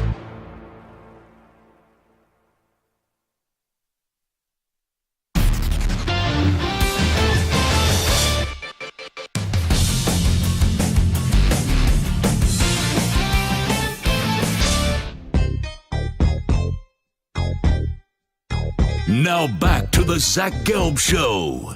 All righty, this is Zach Gelb Show on CBS Sports Radio. The biggest story of the day, to no surprise, Brandon Staley fired as the head coach of the Chargers. The Chargers also say goodbye to their GM, Tom Telesco, as well, as they lost to the Raiders last night, 63-21. I still can't believe that final score. Let's go out to the guest line right now and welcome in a legendary Chargers player, a guy that I think should be in the Pro Football Hall of Fame. He was a great fullback, and that is Lorenzo Neal, kind enough to join us right now. Lorenzo, how you been, my friend? Great, Zach. How are you? Thanks for having me on. I'm sorry I'm in my car, but I said, hey, I got to talk to you. Anytime you call, I'm going to answer, brother. Well, I appreciate you doing that and saying that. So just before we get to Staley's firing, to see the performance last night by the Chargers, they quit on the coach. I think that's clear. But as a former player who was aggressive, who gave it his all, how did you process that one last night? I couldn't. I got a text last night and someone asked me to come on the show and I said they quit. And guys, heads should roll. And that's the difference, because you got to have leaders of men. And I know that, you look at the coach and you talk about Staley, who he is, won a Super Bowl with the Rams. So people think, hey, there's a young and up and coming coach. There's a lot of coaches, and I like Staley. I've had many opportunities to meet him, sit down and talk with him. And it's sad because he has a family and all these other things, but this is a business, and this is the right now business. When you have a franchise quarterback, you have your window of opportunity is to win. And the money that the Chargers went out and spent in free agency and bringing in guys, it hasn't yielded the ROI, the return on investment. And like you just talked about, it was appalling to watch grown men that we all played. We're grown men playing a kid's game, getting a king's ransom. And to perform like that, 49-0 in the first half, it's something that you can't even fathom. They quit. They weren't prepared. And I'm not saying they weren't prepared. They weren't prepared mentally. Because let me tell you, when you go out there like that, you're not prepared mentally, fumbling the ball over and over again. You saw a Raiders team, fast forward and rewind, that had a coach that was in the same situation and got fired, but was a great coach, but was he a leader of men? You see how the guys, now they didn't perform for him, but now you can get Telesco and you can get the Raiders coach and put them in a room, and I would bet on Telesco far as knowing X's and O's, far as just knowing football. But you see the way those men perform for their head coach, because coaching is not just X's and O's. It's about having gravitas and having the ability to lead men and make them want to play not only for you, but for themselves. And that you had two teams. The Raiders last week only scored 6, but they're competing and fighting hard for themselves and coach. And that's one thing that Telesco lost. He didn't have those guys fighting hard enough that I think that that guys choose to do. Some kind of way there was a disconnect. And this is the thing with Brandon Staley. The last 2 years, there's been so much negativity and so much conversation. And I remember last year after the playoff game, we had you on, and we were both told me. Go get Sean Payton, get rid of Brandon Staley. And every time I've talked to Chargers players, I would ask them about Brandon Staley. I'm like, you tell me why he's the right guy. And what they were saying, you knew was a bunch of BS, because when so many people are telling you he's not the guy, and we're able to see that from the outside, I really wonder how bad it was on the inside. Yeah, and here's the thing, what I do know. I know that the guys liked him. And just like when you have a children, and they love mom. Kids, your kids, they love mom. They will do. Mom says, okay, the kids love mom. And mom, but guess what? When dad comes, they love us, but they also fear us. See, you got to have a sense of respect, and not that don't take anything away from women, because I think women are the unbelievable creators of life, and so know where I'm going. This is just the way life is. Kids, I was with my mom. I'm like, okay, mom, whatever. When she said, "Wait till your dad get home," I'm like, Mom, what you want me to do? That's just the difference. And Staley didn't have that part. So if you don't have a guy that you still respect, and they say, well, can you lead like that? Yes. Look at Tony Dungy. Look at Jeff Fisher. There's a lot of coaches that you can lead with a bag. I tell people sometimes it's a book that I read and it said, just lead for God's sake. And a guy was leading. He had a bag of money, and on the other hand, he had a hatchet. And the bag of money is like, hey, if you do this, I'll give you this. How long does that work?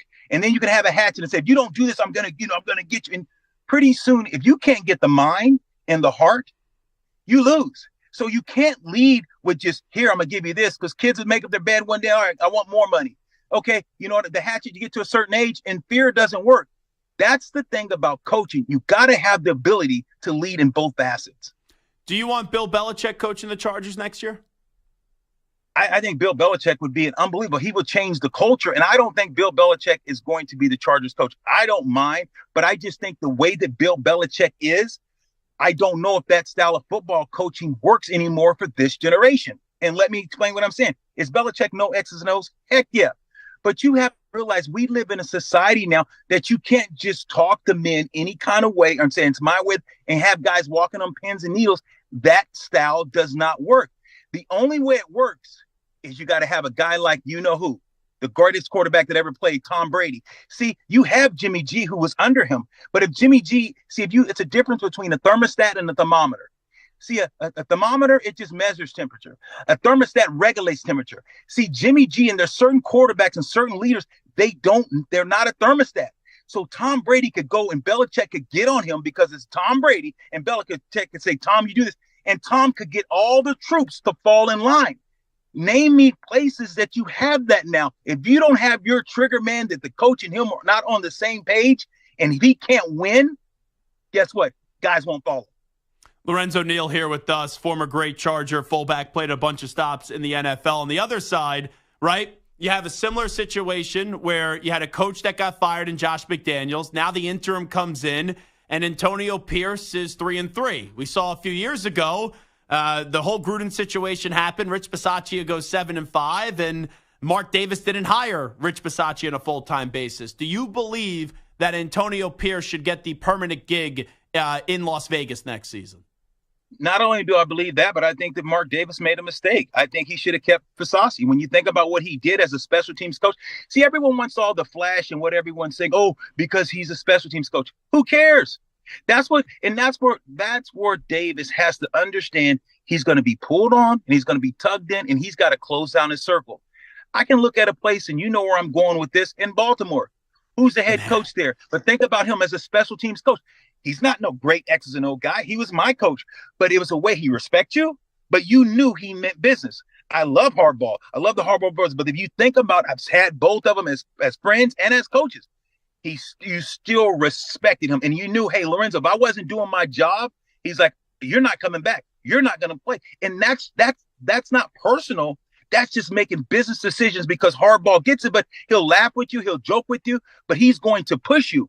And so when I say that, I think that Antonio should be the head coach. I think he's earned that. And you have to realize they don't have the quarterback. I don't think the quarterback is on that team. And that's why last week you only couldn't score anything and you only lost 6-0. So you played well enough to win that game. So no disrespect to the quarterback. Bowler up, hammer down. I love the young kid.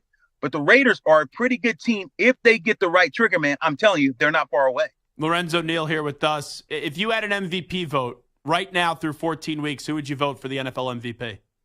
Wow. That is very, very tough. But if you say, hey, who is it?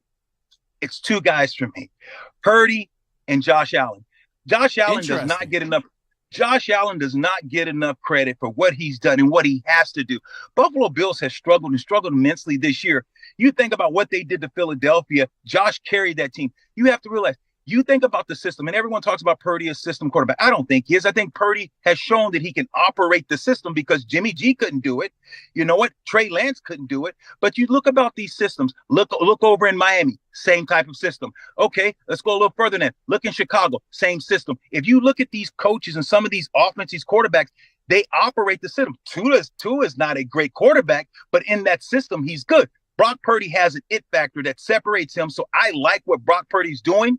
But I do have to be, careful because you look at what happened when Trent and Debo wasn't there and what happened. And that's the thing that's going to hurt him.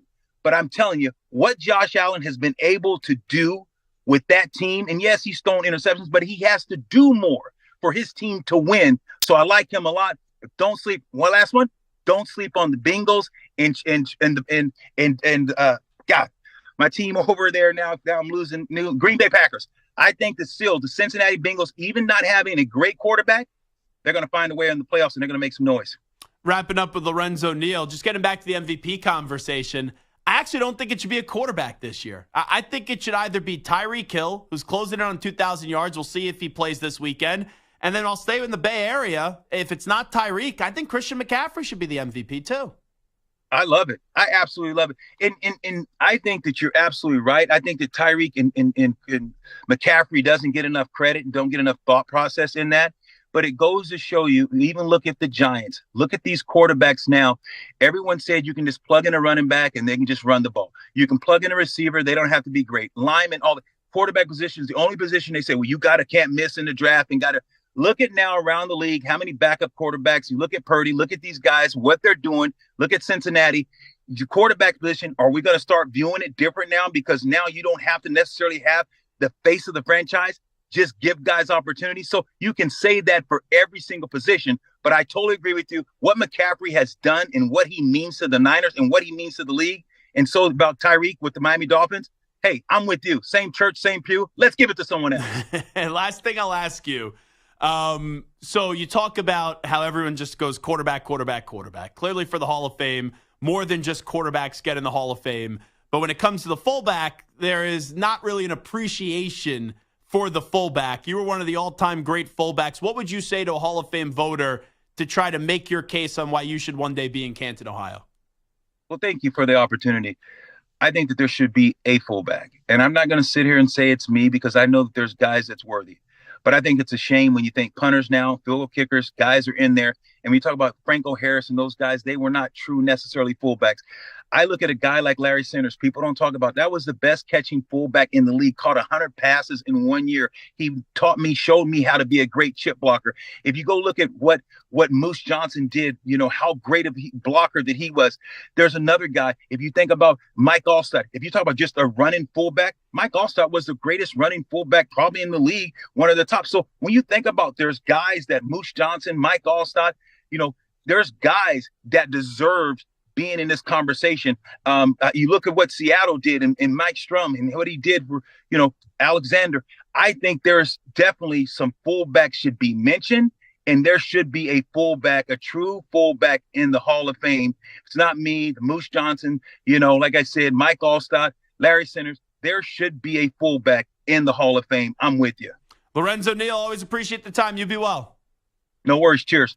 Thanks so much. There he is, Lorenzo Neal, joining us live on the Zach Gelb Show on CBS Sports Radio. By the way, stream the NFL on Westwood One for free, sponsored by AutoZone all season long. You can listen to every Westwood One broadcast of the NFL live on the NFL app by asking Alexa to open Westwood One Sports or on the Odyssey app. Get in the zone, AutoZone. AutoZone's free battery testing and charging is available for free at your local AutoZone. Get in the zone, AutoZone. Restrictions apply. We'll come on back. Should Steph Curry request a trade from the Golden State Warriors? And also, reaction from Kevin Durant on what did occur with Draymond Green and his indefinite suspension. Update time first. Here he is, El Capitan, Marco Belletti.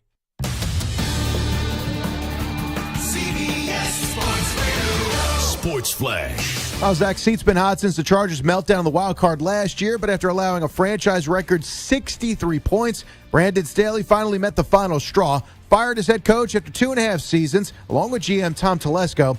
Now, Staley ends with a .500 record, 24-24, the one playoff berth. Just the second Chargers coach to be fired in season, joins Kevin Gilbride in 1998. John Moran spoke to the media, eligible to return Tuesday from his 25-game suspension to begin the season. He explained how difficult this has been. It was definitely tough. Some horrible days, it was tough. But like I said, to start this, with the support, that I had, throughout this process, it definitely helped me a lot. Baseball, Rangers pitcher Max Scherzer, back surgery will sideline him till June or July. Dodgers full speed ahead, trying to bring home that title. Reportedly finalized a 5-year deal, $135 million with Tyler Glass now. Royals continue to spend some money. Reportedly come to terms with Michael Wacha, 2 years, $32 million. Outfielder Hunter Renfroe, 2 years, $13 million. Puts the Royals now over $100 million spent this offseason. I'm Marco Belletti. CBS Sports Radio is turning up the heat this December. From the NFL playoff push, bowl games, and coast-to-coast action from the NBA hardcourt to the college game, we've got you covered. CBS Sports Radio.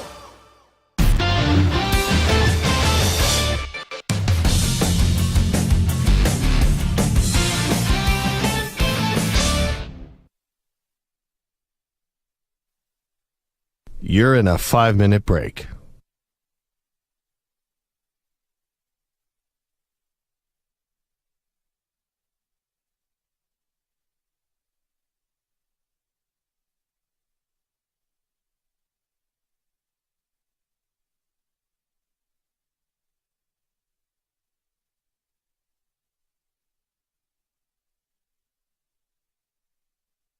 Four minutes, 30 seconds remaining.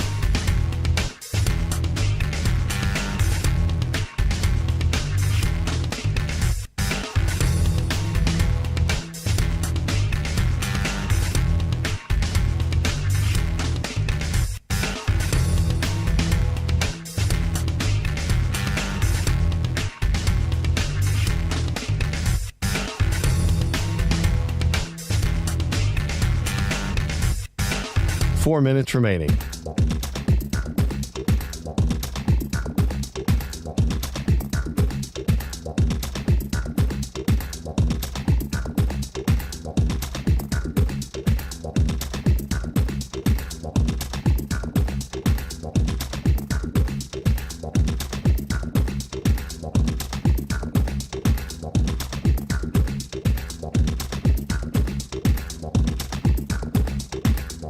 Three minutes, 30 seconds remaining.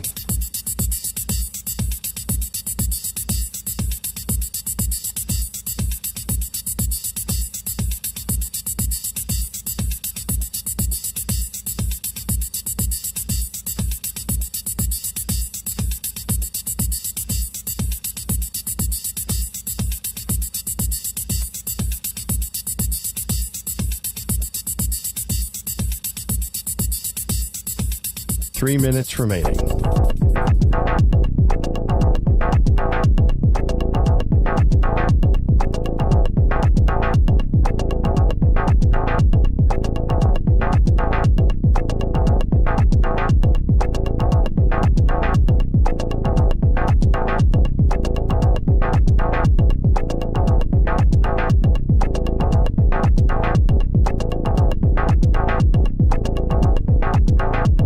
Two minutes, 30 seconds remaining.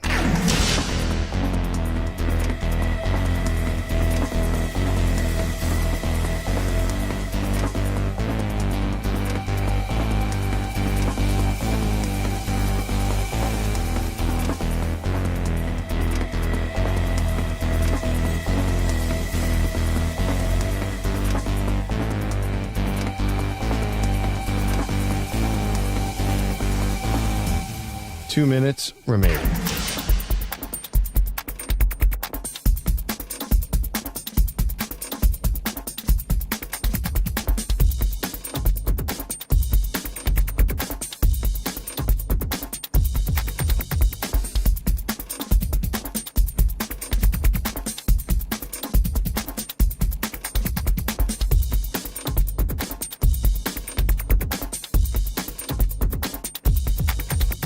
One minute, 30 seconds remaining.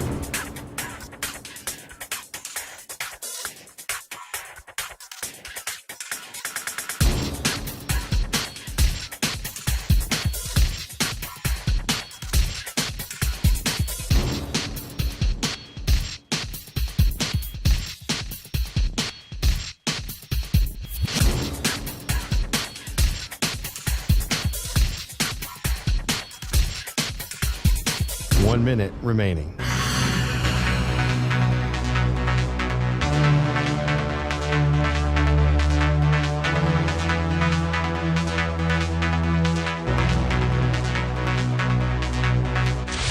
Five seconds remaining.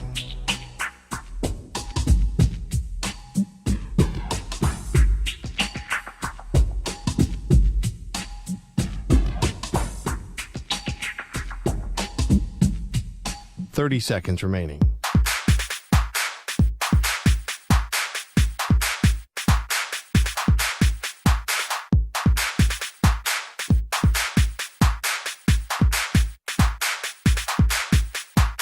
Seconds.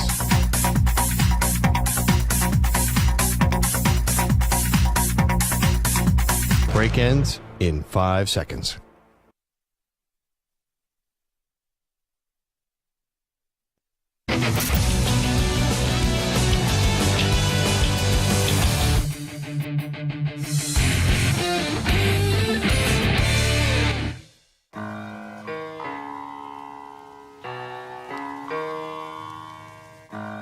The Zach Gelb Show is on the air across the nation on CBS Sports Radio. And that's what Draymond Green is. On the basketball court, he is a jerk. And he takes things way too far. And this is not just the one-off. Now you're dealing with just multiple instances that roll right up the tip of the tongue.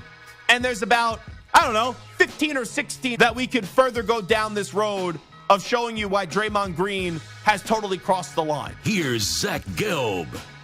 Let's take a look at who's got home field advantage this weekend in our NCAA football preview, sponsored by Fairfield by Marriott. Fairfield by Marriott is the official hotel partner of the NCAA with over 1,000 locations around the country. You'll always have the home field advantage. Visit fairfield.marriott.com to book your stay. Tomorrow, 7-5 UCLA battles 8-5 Boise State in a bowl game, and the game takes place at SoFi Stadium, just 24 miles away from the Rose Bowl. And by the way, from the granddaddy of them all, with the Rose Bowl coming up, man, I cannot wait for that game on New Year's Day. When you just say Rose Bowl, and then you have two big brands like Michigan going up against Alabama for a trip to the national championship on the line in Houston coming up. I think that's January 8th, whatever that Monday is. Man, that's going to be exciting. And also we have Texas and Washington as well. I'm really excited for the college football playoff. And not every year do these semifinal games actually produce good games. And most years they don't. Last year was good, where going in, everyone thought Michigan was going to win. And that ended up being somewhat of a close game in the second half when TCU was taking it to Michigan, and then TCU ended up getting the victory. And then the crazy one was Georgia going up against Ohio State, where it was 3-2-1, Happy New Year. And the kicker missed the field goal, and Georgia did go back to the national championship game where it was a blowout, as there was a big-time beatdown by the Georgia Bulldogs up against the Horned Frogs of TCU. But this year, I think Texas-Washington is by a flip of the coin right now today. And this could be subject to change from now on December 15th to January 1st. I do lean Washington over Texas. And then also in the other game, I'm thinking Michigan wins right now 23-20. I think that spread is begging you to plus the points with the Alabama Crimson Tide. So we'll continue to break down more of the college football playoffs as we inch closer and closer to the start of the new year in 2024. But first, let's hear from Kevin Durant. So we played you audio from Steve Kerr earlier. Now this is Kevin Durant, who, remember, had an ugly end to his relationship with the Golden State Warriors and Draymond Green. We all remember the back-and-forth incident between Draymond Green and Kevin Durant, where Draymond Green basically said, how about you make your decision and stop holding us hostage? Like, who cares what you think when you're probably going to bounce and leave us the following season? This is KD on Draymond punching Nurkic. Yeah, that was insane to see. Glad Nurk is all right. Never seen that before on the basketball court in the NBA game. I hope Draymond gets the help he needs. It's been incident after incident. So I know Draymond, and that's not, he doesn't, he hasn't been that way when I was around him and coming into the league. So hopefully he gets the help he needs and get back on the court and, put all this stuff behind him. Sam, so let me just ask you this. I'm like 50-50 on this one. I'm a little bit surprised by KD's answer, but then I'm not surprised. And what I mean by that was usually in the league, it's almost as if a lot of these players are afraid to like speak out against another player because everyone's so buddy-buddy. And we know Draymond and KD, they are friendly-ish. And through any relationship, you have some ups and downs. And, you know, they had an ugly ending in Golden State. I was kind of, though, like mildly surprised to hear Kevin Durant even be like somewhat critical of Draymond and admit that Draymond is in the wrong when everyone knows that's the case, that Draymond is in the wrong here. But how many times in the league there's like guys that are afraid to step on other guys' toes and talk about things that really don't have anything to do with them, even though naturally, right, they'll be linked together, KD and Draymond, because of their time together in the Bay Area. I think it might be a little bit different if Nurkic wasn't a teammate of KD's. Maybe if he was just from like another player on a different team. But I do feel like KD's like, you know what? Whatever my relationship is or is not with Draymond, I got to defend my teammate. So there's probably some of that. Yeah, that's right? a good point. Let me look after Nurkic.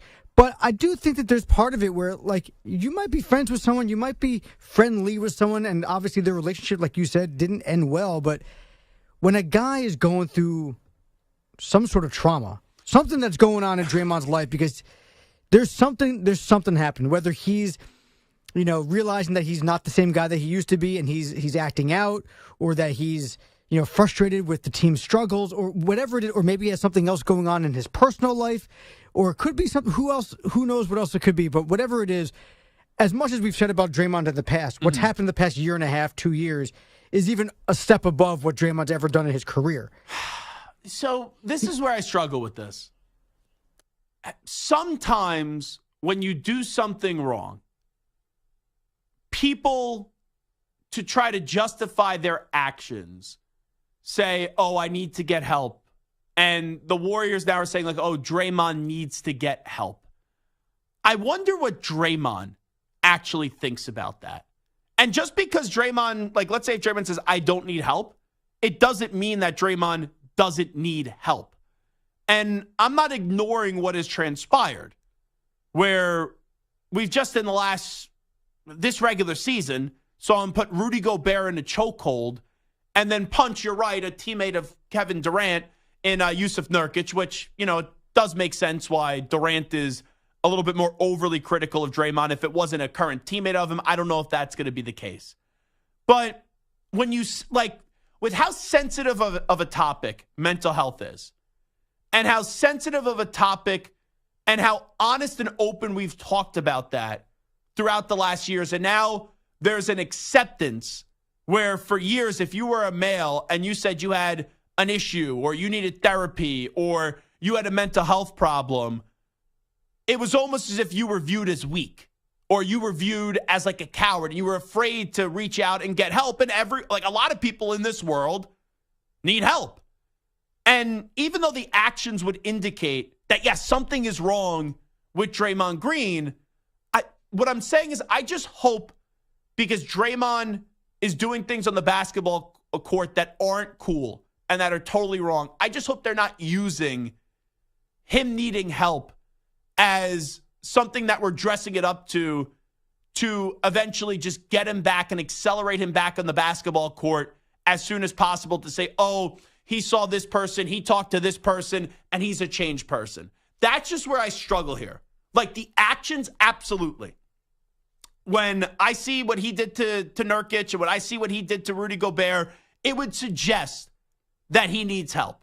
But then also, I know the sports part of it, where there is a line, and don't get me wrong, he has clearly crossed the line here. But is this him crossing the line because he thinks he needs to do these things to get the most advantage on the basketball court? Or is there something going on, and I don't know how to, I don't want to speculate on this, in his personal life or something going on with him mentally where he's just acting out this way and, right, he has some anger problem. So all I'm saying is, out of the respect to people that actually go through these really tough times, and maybe Draymond is going through these tough times. I hope they're just not using this as an outlet, as an excuse to get him back on the court as soon as possible. That's my only fear, Samter, with this situation. And it's a legitimate fear to have, but at the end of the day, they have to do something. Mm-hmm. So maybe you're right. Maybe he's just going to, seek help until he appeases the higher ups and then gets back on the court and does the same thing again. But I think the reality is when everybody around you is saying, listen, dude, you need help. And they're saying it kind of like what Zion said the other day and what Antonio Daniels said about Zion. If it's coming from a place where you're trying to bring a player down and tear him down, that's one thing. But if you're saying things, he needs help, not as an insult, but as I care about him and he legitimately needs help. When people start saying that around you, you maybe eventually start to realize that you need help. And the first step to recovery is admitting that you have a problem. Mm-hmm. And the fact is, it doesn't seem like Draymond thinks that he has a problem. Well, no one's ever held him really accountable. Right. And you know what? I wonder if we were out with Steve Kerr and we injected him with truth serum, if he even thinks Draymond has a problem. Because for so many years, Draymond Green was enabled by the Warriors, and almost everyone was afraid, and maybe that means he does have a problem because people are afraid to address the issue with him.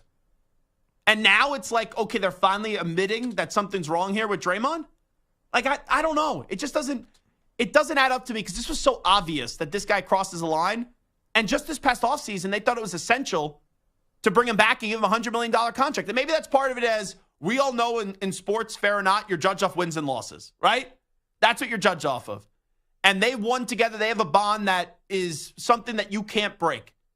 And maybe everyone was just afraid to move on and start this new era of Golden State Warriors basketball. But, like, honestly, that was my point, that Steph, who's chasing Magic to try to be the greatest point guard of all time, and we all know the clip that happened this summer when Magic joined me on CBS Sports Radio and said Steph needs to do all these things and cross all these numbers off to move past me. Like, Steph is still a great player. Clay is no longer a great player. Draymond is no longer a great player. And I just wonder for Steph Curry, does this maybe give him an outlet where I don't think Steph ever wants to be viewed as a bad guy. I think he wants to stay with the Warriors the rest of his career, and I think he's still under contract for 3 more years. In this world of how often we see guys move, and I don't know how you move Draymond now, does maybe Steph, who seems like a real loyal guy, does he maybe say, okay, now I got to force my way out if I want to go win another championship? And that's just something I thought about as well. All right, this is Zach Gelb Show on CBS Sports Radio. We'll take a timeout. Coming on back to kick off the 5 p.m. Eastern time hour, 2 p.m. Pacific. We'll do a little Chargers coaches draft and who should be the next head coach of the Los Angeles Chargers. And then also the Lions and the Broncos meet up this weekend on Saturday. How badly does Detroit need this win? We'll discuss that on the other side, as really in the last 3 weeks, we've seen just 2 bad efforts by the Detroit Lions, and now we're all wondering, well, what are the Lions going to accomplish to wrap up the end of 2023 as we then go into 2024? It is the Zach Gelb Show on CBS Sports Radio. We will take a 5-minute timeout. Ryan Horvat still to come at 5:20 p.m. Eastern, 2:20 p.m. Pacific, as we'll go around the NFL betting landscape and make some picks in the National Football League. Zach Gelb Show, CBS Sports Radio.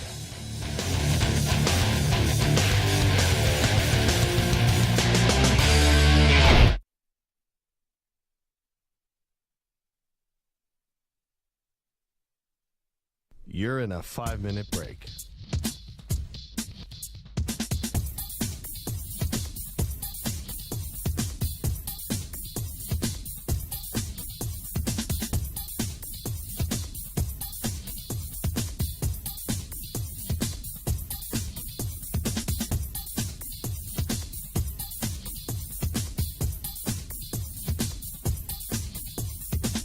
Four minutes, 30 seconds remaining.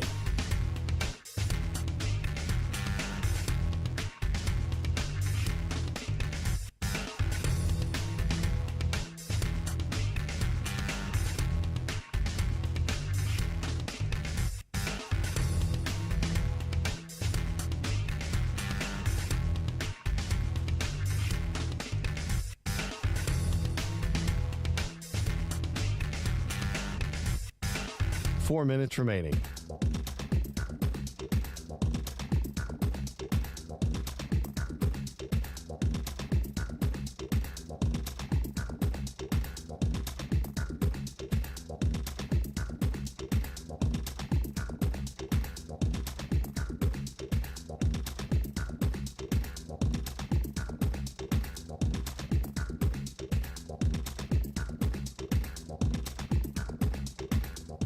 3 minutes, 30 seconds remaining.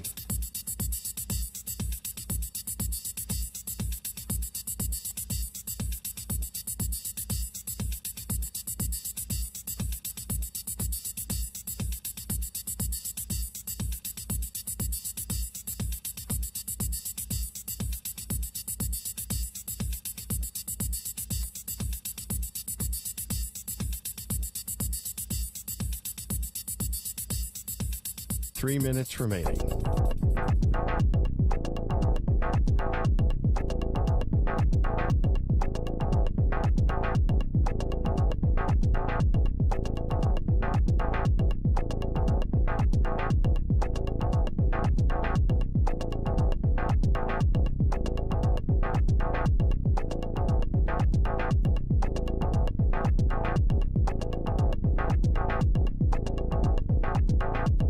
Two minutes, 30 seconds remaining.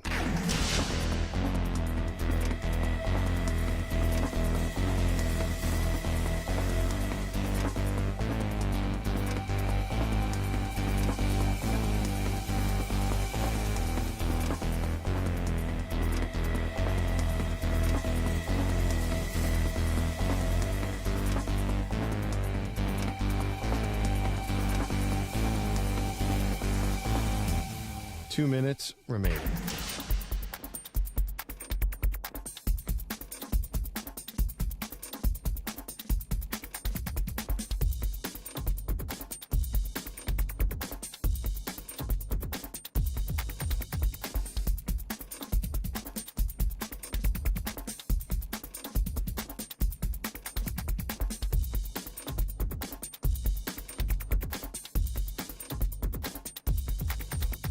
One minute, 30 seconds remaining.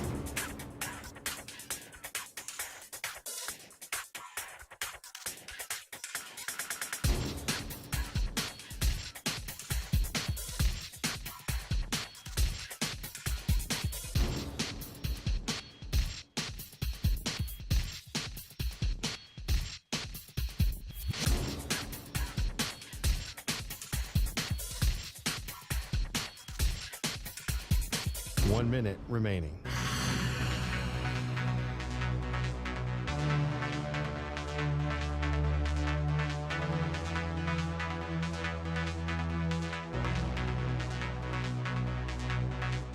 Forty-five seconds remaining.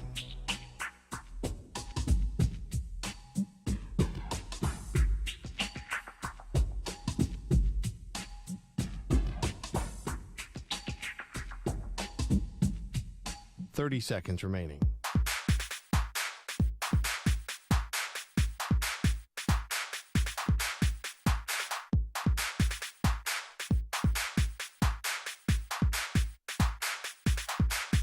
Fifteen seconds.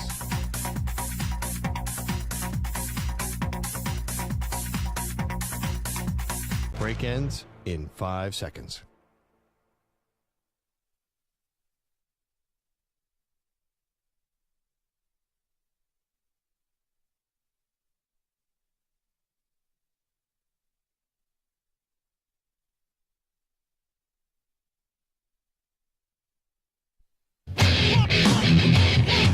He's live. He's nationwide on CBS Sports Radio. This is the Zach Gelb Show.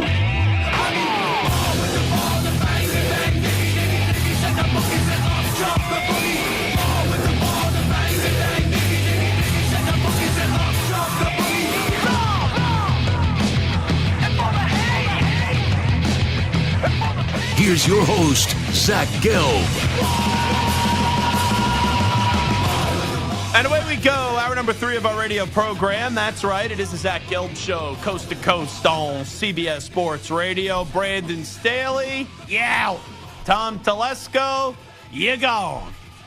Both fired earlier today as the Chargers got spanked, beat down, dominated, destroyed by the Las Vegas Raiders, 63-21. Like, what the heck are we doing with a 63-21 score? I bet you Al Michaels was even excited about that game last night. There was more touchdowns than he could have ever imagined in that contest. So Staley gone, Telesco gone, both out as the general manager and the head coach of the Los Angeles Chargers. And this is what happens when you wait around and you hope things are going to change and you down deep know that really the only reason Brandon Staley was brought back last season for this season was because he still had, at the time, 2 years left on his contract.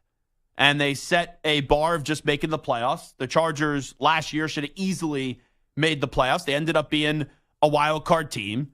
And then from that, you have a scenario that presents itself where you look at the game up against the Jaguars in the postseason. They're up 27 points.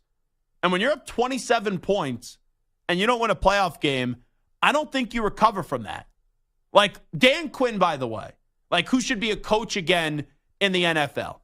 Dan Quinn was never going to recover in Atlanta when they blew that 28-3 lead in the Super Bowl. You could go back to the playoffs.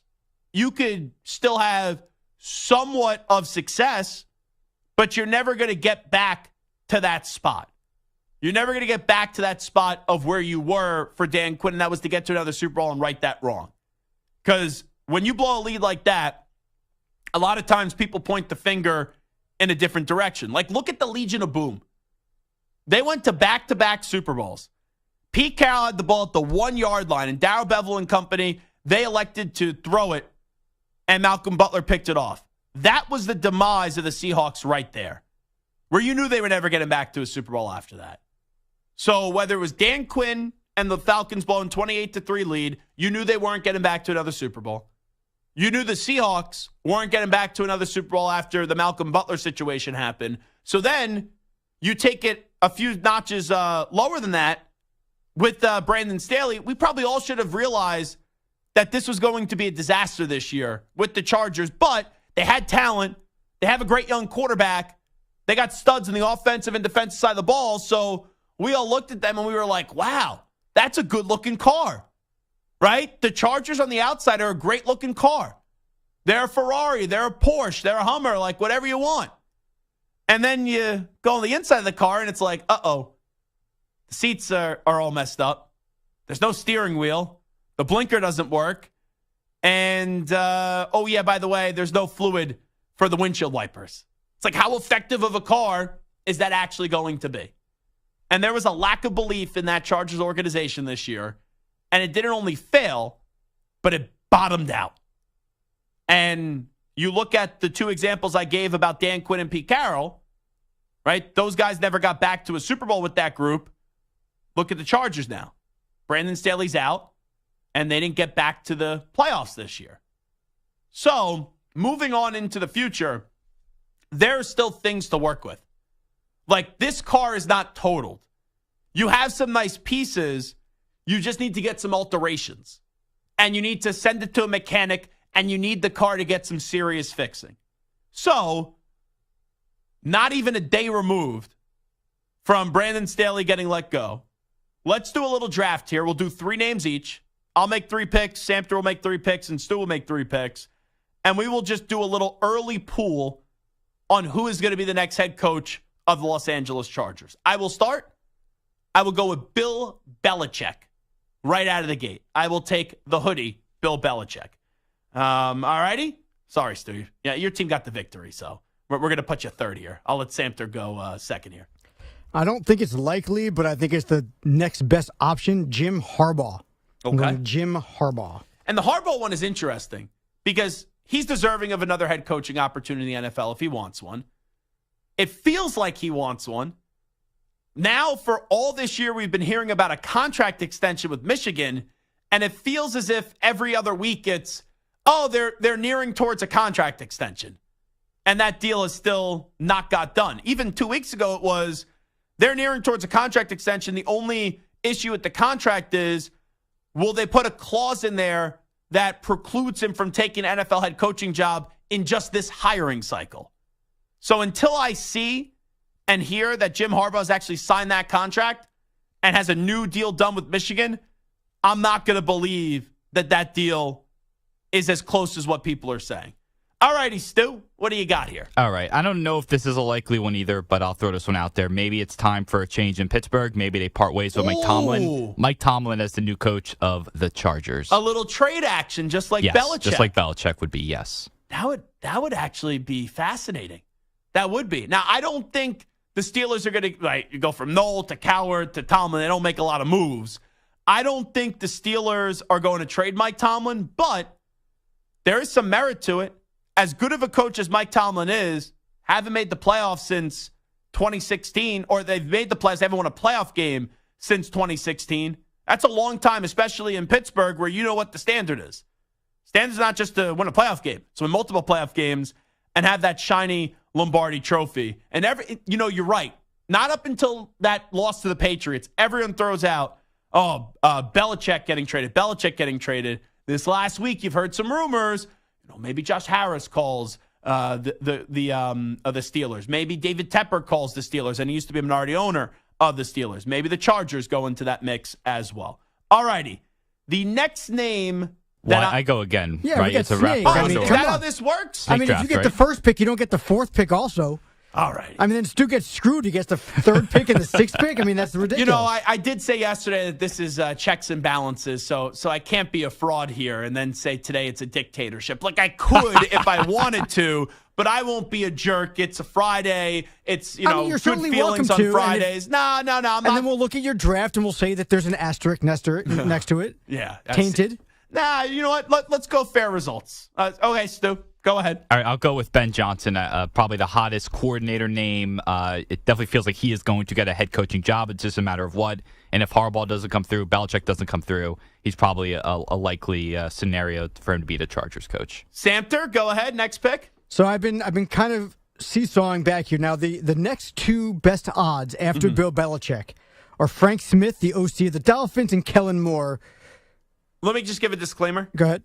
If it is Kellen Moore, okay, you will see my head explode on CBS Sports Radio. I will be dead, and they will need to find a new host. All righty? I'm not I will gonna no lie. longer be hosting on CBS Sports Radio because if they hire Kellen Moore, who's maybe like one of the more overrated names that I've ever heard of, and all I was told about when he was with the Cowboys, he's going to be a head coach. And McCarthy's like, all right, we got to split. He doesn't get a head coaching job, and he's the offensive coordinator of this mess? Yeah, that guy should be a head coach. That would be the Chargers being cheap and stupid. And you know what? The Chargers are cheap and stupid. So maybe it has a chance.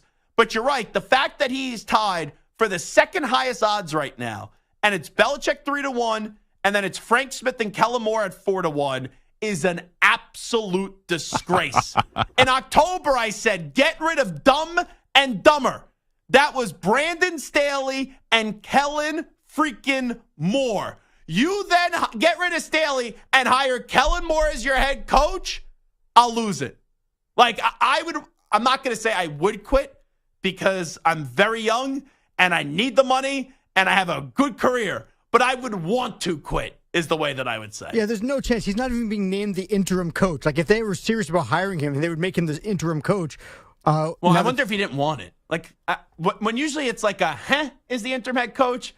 Did maybe he say, yeah, thanks, but no but thanks. this is his chance to audition and show what he could do with his team, because at the end of the day, you can't get worse than what they just did. So any improvement makes him look like, maybe he's the guy. Kind of like Antonio Pierce.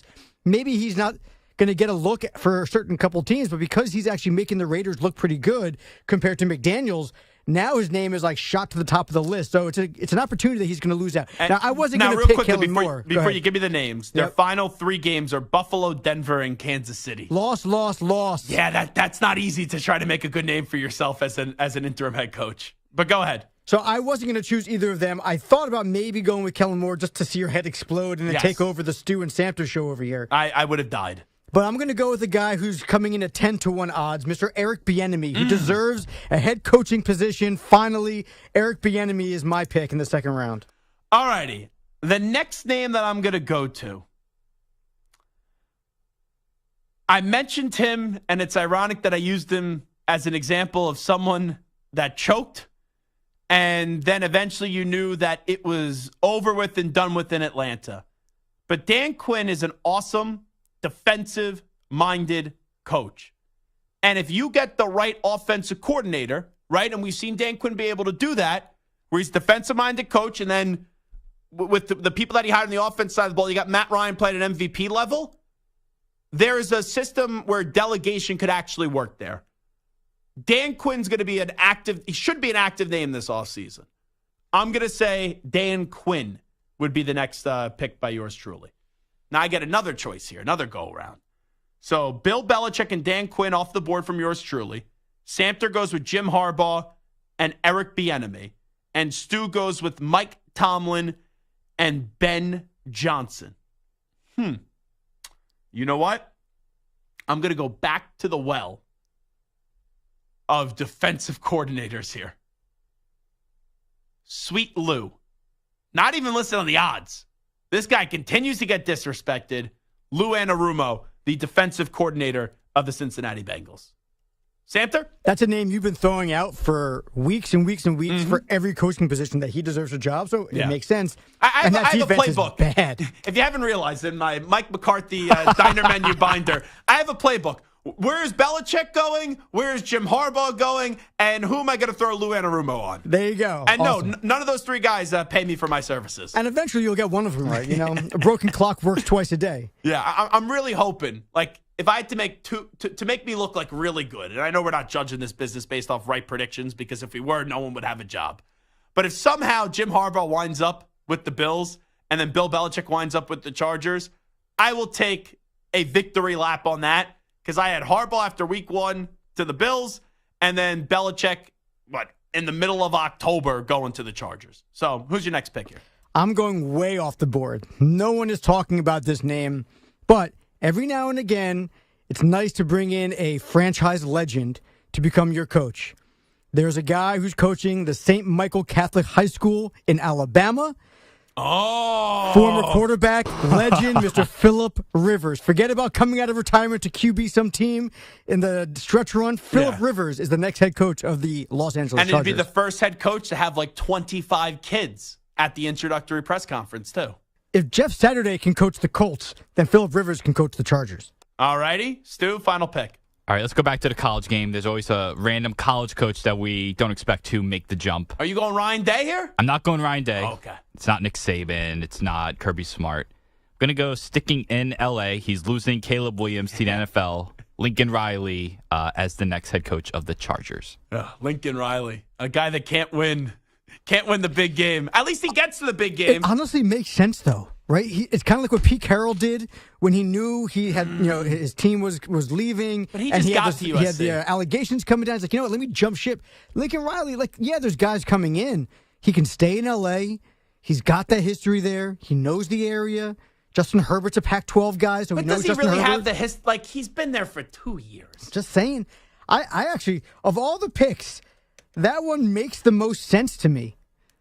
Not the most sense, but that one makes a lot of sense to me. That's a tough sell. If you're the Chargers, is it easier to sell Lincoln Riley or Ben Johnson?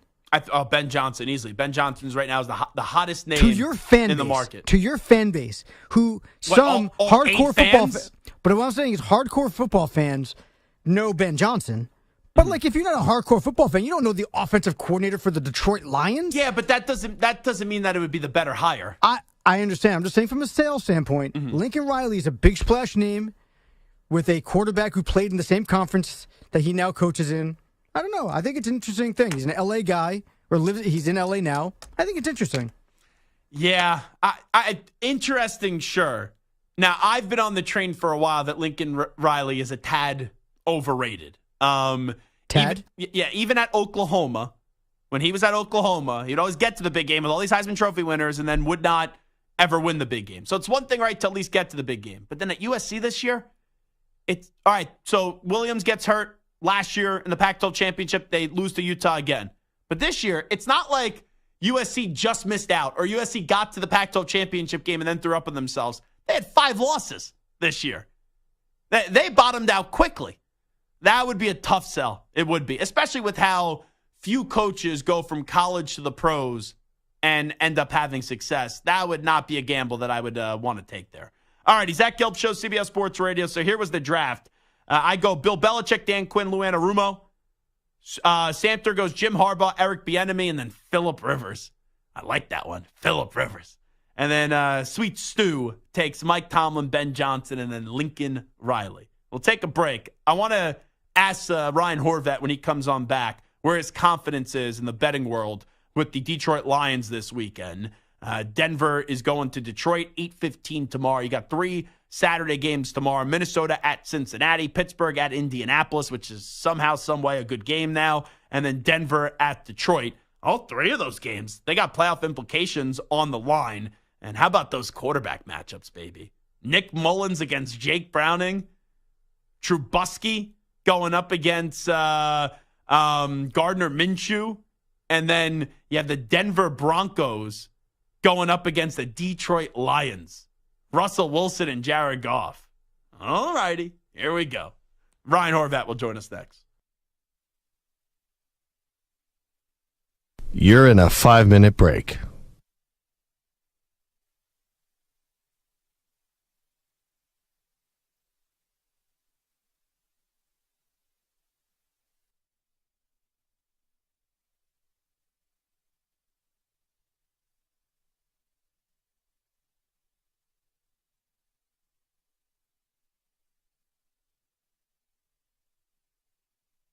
Four minutes, 30 seconds remaining.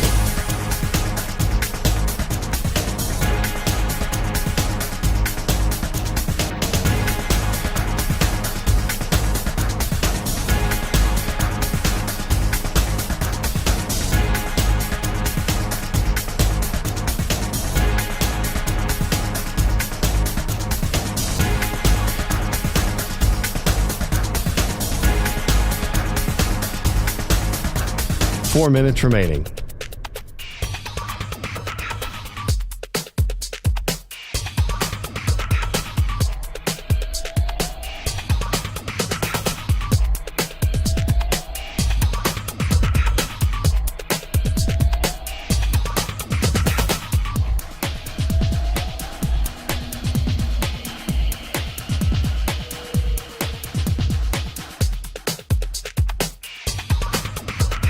Three minutes, 30 seconds remaining.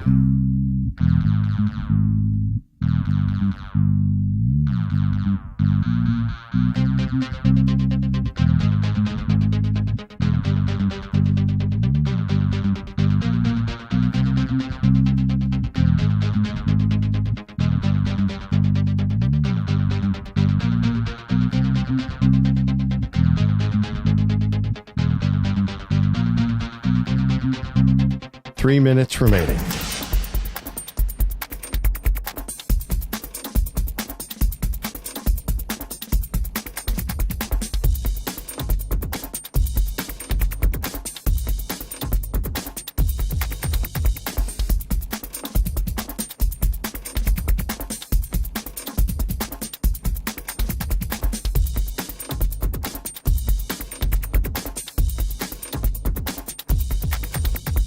Two minutes, 30 seconds remaining.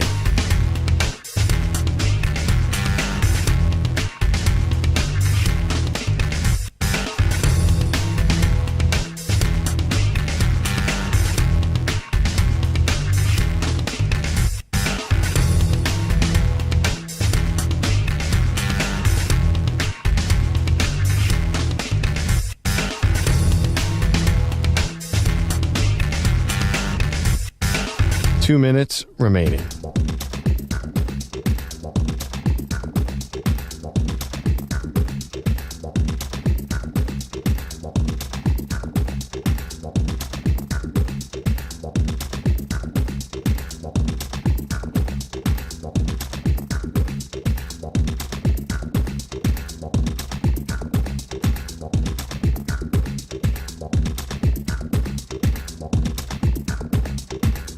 One minute, 30 seconds remaining.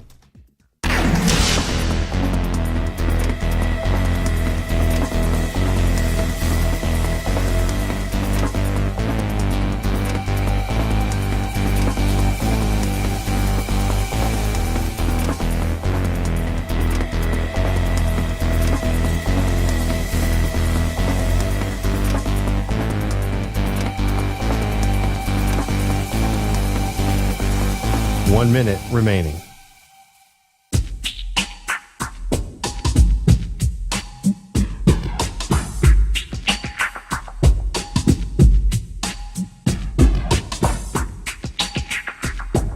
.45 seconds remaining.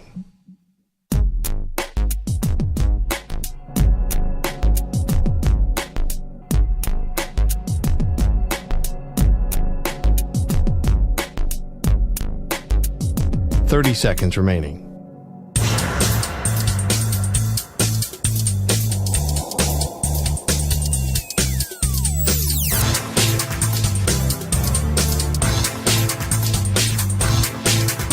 .15 seconds.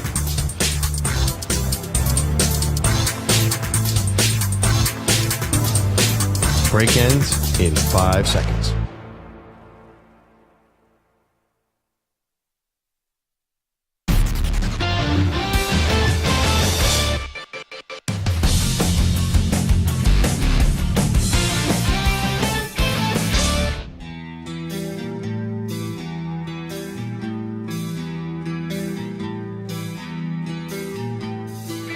Now back to the Zach Gelb Show. This portion of the show is brought to you by NHTSA. Whether you get pulled over or get into a crash, drinking and driving will change your whole world. Drive sober or get pulled over. Paid for by NHTSA. Let's go out to the guest line right now. Welcome in from BetMGM tonight via BetQL, our betting insider in Ryan Horvat, as we'll make some picks for Week 15 of the NFL season. Ryan, appreciate the time as always. How you been? I've been good, Zach. Coming off a really good week, so hopefully I could stay hot here. I'm a big fan of the Saturday slate, man. To be honest with you, I'll take the Thursday night blowout if we could get Saturday football every single week. A little Saturday Sunday matchup. Well, let me just ask you this: is the Broncos Lions game a part of your picks? Just wondering. It is. It's actually my number one pick of the weekend, maybe of the season, to be honest. I've been waiting. I've had this spot circled here for a couple weeks now. So then hold off, because I wanted to ask you about that. So let's cue up the music. Okay. Right now, as we get to NFL picks, we'll start things off with Ryan Horvat for our Week 15 picks. What do you got cooking with that Broncos-Lions game that you love? All right, so Broncos-Lions. I actually love the Lions in this spot. Now, the numbers kind of bounced around a little bit from 4 to 4.5. I'm fine with that. I just think this is a really good spot for the Lions. Now, I've actually faded the Lions the last couple weeks, the last 3 weeks, because it's Jared Goff on the road in some elements, but now he goes back home. He's going to be back in the Dome, and the Lions, the Denver, it's been a bounce back, right? They're 7-6 since they got just steamrolled by the Dolphins, let them hang 70 points. They've been a much better team on both sides of the ball, but I just think this is a bad matchup because they're not great against the run. I think Jahmyr Gibbs is going to have a big day. I really like him over 12.5 yards on his longest rush. I think Goff bounces back. I think the defense is going to play a little bit better for Detroit, and they pick up victory number 10 of the season. So the Lions are my favorite pick this week at -4. Yeah, and the Lions really need this one because I think a lot of people are going to look at this game and they're going to say, 4.5 points, that's a lot of points. Maybe I'll just plus it and it's a field goal game, which it could be between these two teams and going inside a dome with what these offenses are capable of. And you see the last 3 weeks, they've been 2-3. They've been 1-2. Yeah, I kind of do agree with you. The Lions, even though they don't need this game because the game is more important to the Broncos in chasing to stay up pace and get one of these wild card spots in the AFC, it's like, the Lions do need this game to get back into the good graces of people because if they go to 9-5, it's like, this team is really trending in the wrong direction with Minnesota twice in the final 3 games and then also sandwich in between the Dallas Cowboys. Alrighty, my first pick. This is going to be chalky, but I'm okay with it. I think I'm going to have to sweat this one out, but that's okay as long as you win. I believe this will be a sloppy, low-scoring game that's close. And I don't trust their quarterback. I don't trust their head coach. But ultimately, the talent on the offensive side of the ball will win out. Drake London's playing really well. Bijan Robinson is starting to get into form as we expected to and given the opportunity. I like the Falcons on the road laying 3 points up against the Carolina Panthers. Yeah, I'm with you, man. I like that one a lot. It kind of seems like a trap, and I know Atlanta's been, for me, they've been a little bit of a letdown. I bet their win total over 8.5, but, that just seems like a trap. Carolina, kind of a mess this season. I'm going to go with the dog here. This is a tough one for me to pick because, man, the Browns have made me some money the last couple of weeks. I love what I've seen from Joe Flacco and Kevin Stefanski, to be quite honest with you. I think they should extend Stefanski. He's been great this season. But, man, the Bears are hot right now, and don't look now, but they have a top 10 run defense. Eberflus has kind of turned that thing around on the defensive side of the ball. The secondary is playing a little bit better since they've gotten healthy. And Justin Fields is playing for his career. I say career because I don't think he's playing for his job, because if you're Chicago, if you're Ryan Poles and Caleb Williams is there at number 1, which obviously he's going to be, I think you have to take him, right? Because Ryan Pace passed on, Deshaun Watson and Patrick Mahomes for Mitchell Trubisky. Now he no longer has a job. Ryan Poles doesn't really have that attachment to Justin Fields, so I think we're going to get some good ball from him the next couple of weeks. DJ Moore has an ankle injury, but he's going to play. That concerns me a little bit, but I still like the Bears. I like them a little bit better at 3.5, but I still like them as field goal dogs on the road against the Browns, +3. So give me Chicago. Yeah, I had the Bears as well. They're going to be my second pick, so I'm going to piggyback you on this one. I love the Bears this week, +3. I think they're going to actually win the game outright. Everyone's loving this Browns team, and whenever you start to love a team in the NFL this year, they usually stumble the following week. It was a heck of a win for Joe Flacco and company, but with the way that Fields is playing as of late, I think that late season momentum is going to continue, and then it's going to be a fascinating scenario. If, let's assume, Ryan Poles is still the general manager, like you were alluding to, what is he actually going to do when you're probably going to have the number 1 overall pick via Carolina, another pick in the top 10, top 5, depending on how many more games you win the rest of the season. And it's, do you keep Justin Fields and maybe go draft Marvin Harrison Jr. and have Fields, Marvin Harrison Jr., and then also DJ Moore, and then another first-round pick? Or do you maybe keep Fields, trade that number 1 pick, and get 3 more first-round picks? Or, like you said, take Caleb Williams and then trade Justin Fields and get some stuff back? But I like the Bears +3 as well. What's your final pick here? All right, so I don't know if we're going to be on the same side here. I think it's obviously the game of the weekend. And, man, I would love to see this as a Super Bowl matchup, but obviously Buffalo would have to get hot here. Buffalo's just a different team at home, right? And the Cowboys are a different team, a much better team at home. The Cowboys, man, the offense, really since that Arizona game, the San Francisco game has been on absolute fire, but now they step up in class a little bit against the Bills. The Bills are at home. In Dallas this season, 3-3 on the road. Their losses all have come on the road this season, and Buffalo's desperate. They're 7-6.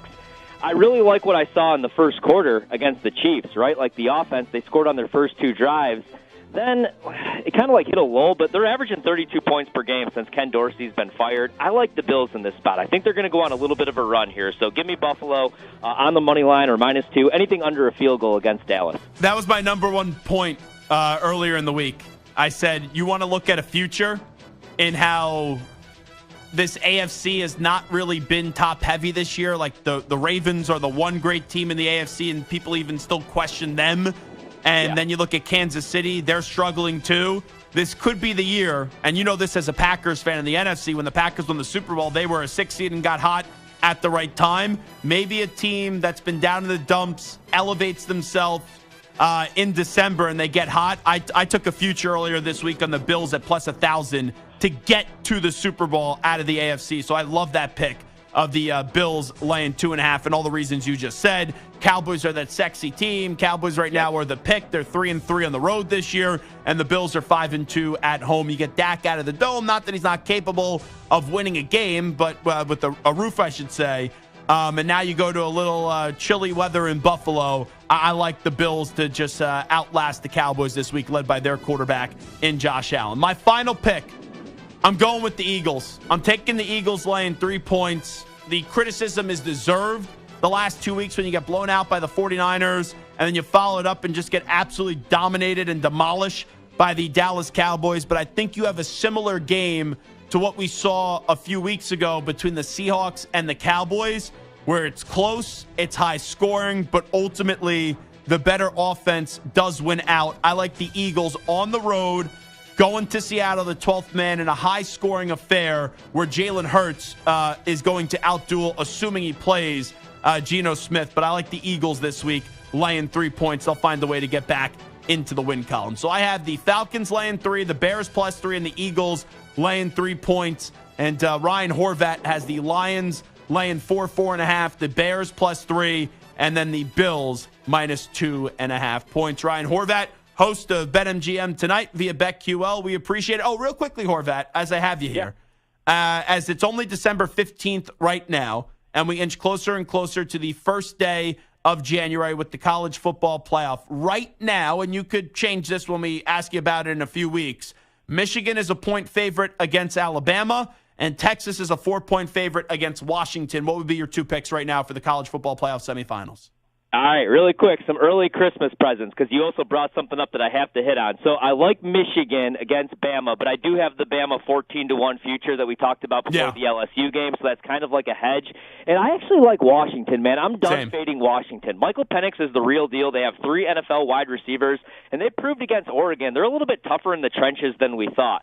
And then you brought up the Bills' future. I also played the same thing. I'm going to do the same thing with Dallas in the NFC. They're 4-1. They've played San Francisco tough both years in the playoffs. I know they got blown out earlier in the regular season, but I'm kind of out on Philly. I'm a little bit higher on Dallas. And if we get that matchup in the NFC Championship game or in the playoffs and it all works out, you have the perfect hedging opportunity because San Francisco will only be like -165 on the money line. You'll never get a 4-1 price on Dallas ever again. If they get hot, who knows, man? Maybe they get the 2 seed. Maybe they end up with the 1. San Francisco seems like the perfect team, but if anybody's going to beat them, I think it's Dallas. But college football playoff, I'm going to go with Washington, and I'm going to go with Michigan. I think that's our national championship. And anything you like right now for tomorrow with bowl season starting? You know, tomorrow is a little bit tricky just because some of the numbers are gone. I'm going to fade Boise State. I actually like UCLA. I like UCLA a little bit now. There's no distraction. Dante Moore is going to transfer. He was the 5-star true freshman. They were kind of forced to play him. There were some rumors that he was threatening maybe to transfer. Now he's gone anyway. And Boise State, they don't have their quarterback in this game. They got a new coaching staff. Guys are sitting out in this game. And I just think UCLA is the better team. They were one of the better scoring defenses in the Pac-12. So love UCLA tomorrow. Ryan Horvat, appreciate the time as always. Thank you. Thanks, Zach. There you go, Ryan Horvat, the host of BetMGM tonight via BetQL. We'll take a break. We'll wrap up the show and the week with a few questions, few answers. We call that segment Onside, Offside, and we get to it every Monday and Friday on CBS Sports Radio. Before I get to the latest CBS Sports Radio update, I haven't asked this guy his thoughts yet on maybe the greatest sensation in the NFL right now, and he is a proud Italian man in the great Marco Belletti as well. What are your thoughts on Tommy DeVito here with the Giants? It's a hell of a story. It's been a lot of fun. Take the ride for as long as you can take the ride. So you think that this has a expiration date, rather a quick expiration date? We'll find out what the expiration date is, but yes, at some point this will end because I want to believe, but the only thing I can be sold on between now and the end of the season would be as if Tommy DeVito can be a legitimate NFL backup quarterback. Because I think the jury's out on that. Mm-hmm. The fact that we're talking be a legitimate franchise quarterback, I think is silliness. Honestly. Yeah, like when I asked that to Phil Simms yesterday, Phil was on with us, and I'm like, do you think there's a chance that you could have Tommy DeVito usurp Daniel Jones? Like, I have to ask that question to Phil Simms, but I don't even believe in Daniel Jones to begin with, but I don't think Tommy DeVito is starting week 1 for the Giants next year unless Daniel Jones is hurt. Or not back from the ACL. That's a possibility. That's a possibility. Maybe they draft someone with their first-round pick. We'll also have to wait and see how that shakes out. But I would be very surprised if Tommy DeVito's starting for the Giants week 1 next year. But I do think with what he's done the last 3 weeks and how bad the backup quarterback position we think at times is, even though this year you get a bunch of different stories and people back it up with how many injuries, I do believe Tommy DeVito has played himself these last 3 weeks and finding and carving out a nice career for him as a backup quarterback. I would say possibly, because I look back, I mean, watching all the games, I mean, people seem to gloss over the fact of his first start. I guess his first start, but the game in Dallas was ugly. The game that he came in relief against the Raiders was ugly. The game against the Patriots, he made one hell of a throw down the sideline to Jalen Hyatt. Other than that, the offense did absolutely nothing. The game against Washington, I mean, they blitzed the hell out of him, and he made them pay with a couple plays. He played well against the Packers. It was the first time I was like, you know what? He looks like a legitimate NFL quarterback in this game. That's impressive. You need to see him build off that. He turns around and gets the Saints and goes 9 of 34 for 86 yards and 3 picks. All of a sudden, you're not thinking that he's the backup quarterback for anybody. So, like I said, I think everybody's just got to pump the brakes. Enjoy the story. Enjoy the moment for what it is, because he's an undrafted free agent coming from nowhere, and no one thought he got a chance to do anything. I mean, even get on the practice squad. Mm-hmm. So what he's done and the movement that he's made from the offseason is incredible. But pump the brakes on everything else. Also, you know why we need the story to end? It's because I have a big problem right now. You know, I'm eating healthier. And when I see his father and his mother and his cousin serving out 300 chicken cutlets, sausage and peppers, baked ziti, rigatoni alla vodka, and I see all of that right in front of me on social media, each and every night I'm like, oh, I could go for some cutlets. Oh, I could go for some ziti. I could go for some pasta. It's tough. Cutlets, if you bake them the right way, are actually not that bad for you. So, depends on how you do it. I mean, they're still fattening. Don't fry them. I'm serious. You're not wrong. Put them in the oven. Bake them. Yeah. I make them like 2-3 times a week. They're not as bad for you when you bake them. You didn't bring any in? Well, I don't make them for you. I make it for my children and for me. I've known you long enough, Marco. I'm I can't get some Belletti cutlets? Come on now. I'm not a chef. I know how to make about 4 things. One of them's cutlets, which is why I wake them like 3 times a week. My kids eat them. No. And heating up chicken nuggets. No, not really. Not my thing. But cutlets, like 3 times a week. All righty. This is Zach Gelb Show on CBS Sports Radio, Onside Offside. Next, update time for our series, El Capitan, Marco Belletti. CBS Sports Radio. Sports Flash. Zach, you had to figure there was a chance on the horizon after allowing a franchise worst 63 points at the Chargers. They've now pulled the trigger, and they fired their head coach, Brandon Staley, along with GM Tom Telesco. Now, Staley came to the Chargers as a defensive-minded coach after helping the Rams win a Super Bowl, but his defenses have fallen flat, left him at 500 in his 2+ seasons, along with the epic 27-point meltdown in their one playoff berth. Cam Newton caught heat for calling the likes of Brock Purdy and Dak Prescott game managers. He doubled down, saying game manager is not a slight. It's courtesy of his podcast. When I think about ultimate elite game managers, Peyton Manning, Drew Brees, Tom Brady, game changer and game manager is not something where I'm saying this person is not physically capable of making some great plays. I'm not saying that. Rangers starter Max Scherzer to have back surgery. He'll be out till mid-season. They picked him up in a trade from the Mets at the deadline. He missed time down the stretch, had to be taken off the World Series roster, that due to back discomfort. Dodgers continue to gobble up the talent and spend the cash, reportedly agree to a 5-year extension, $135 million with Tyler Glasnow to complete the trade with the Rays. I'm Marco Belletti.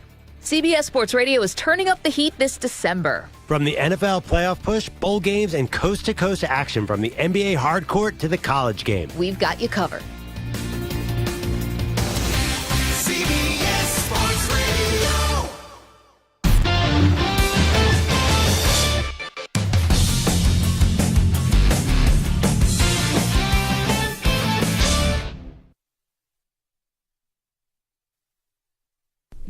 5-minute break.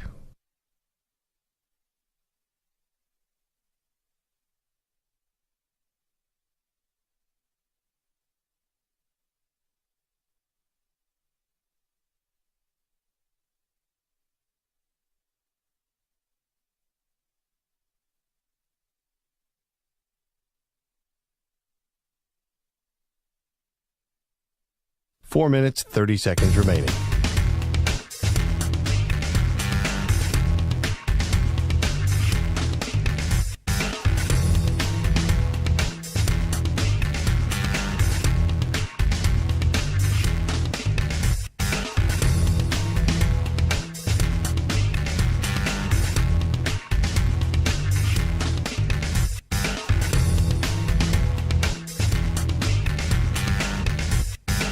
Four minutes remaining.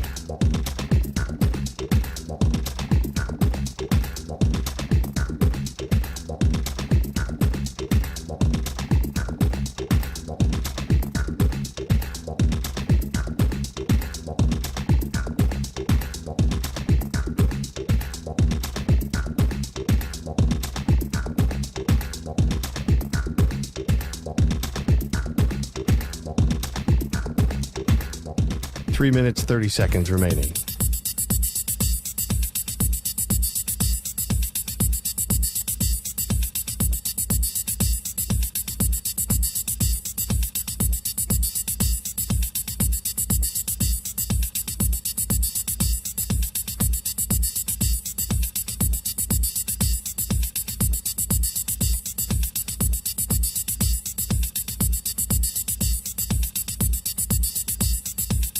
3 minutes remaining.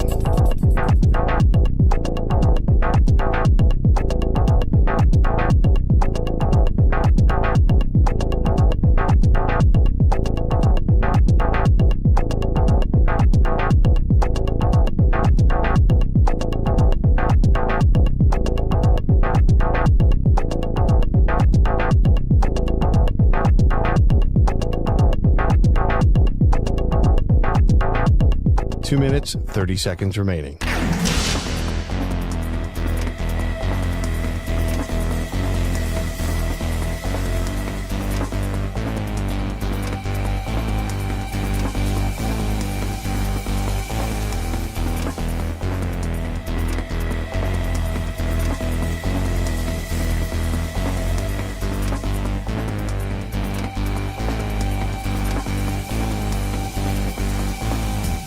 Two minutes remaining.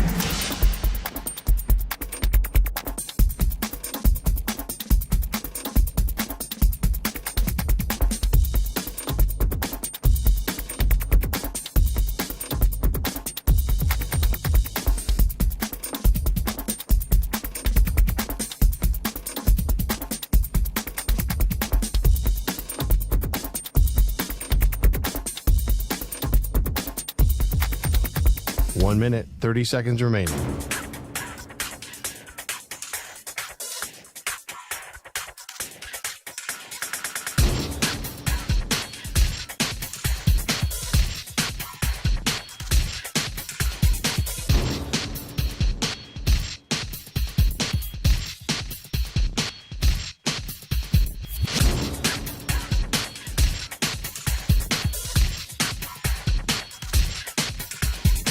One minute remaining.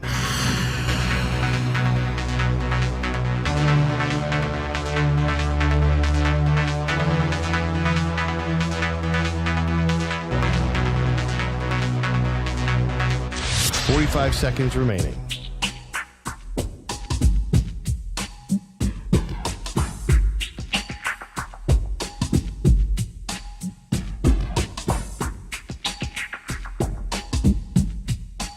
Seconds remaining.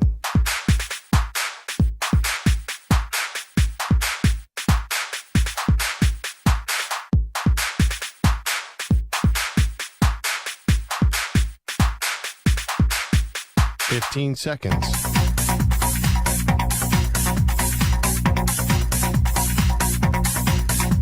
Break ends in 5 seconds.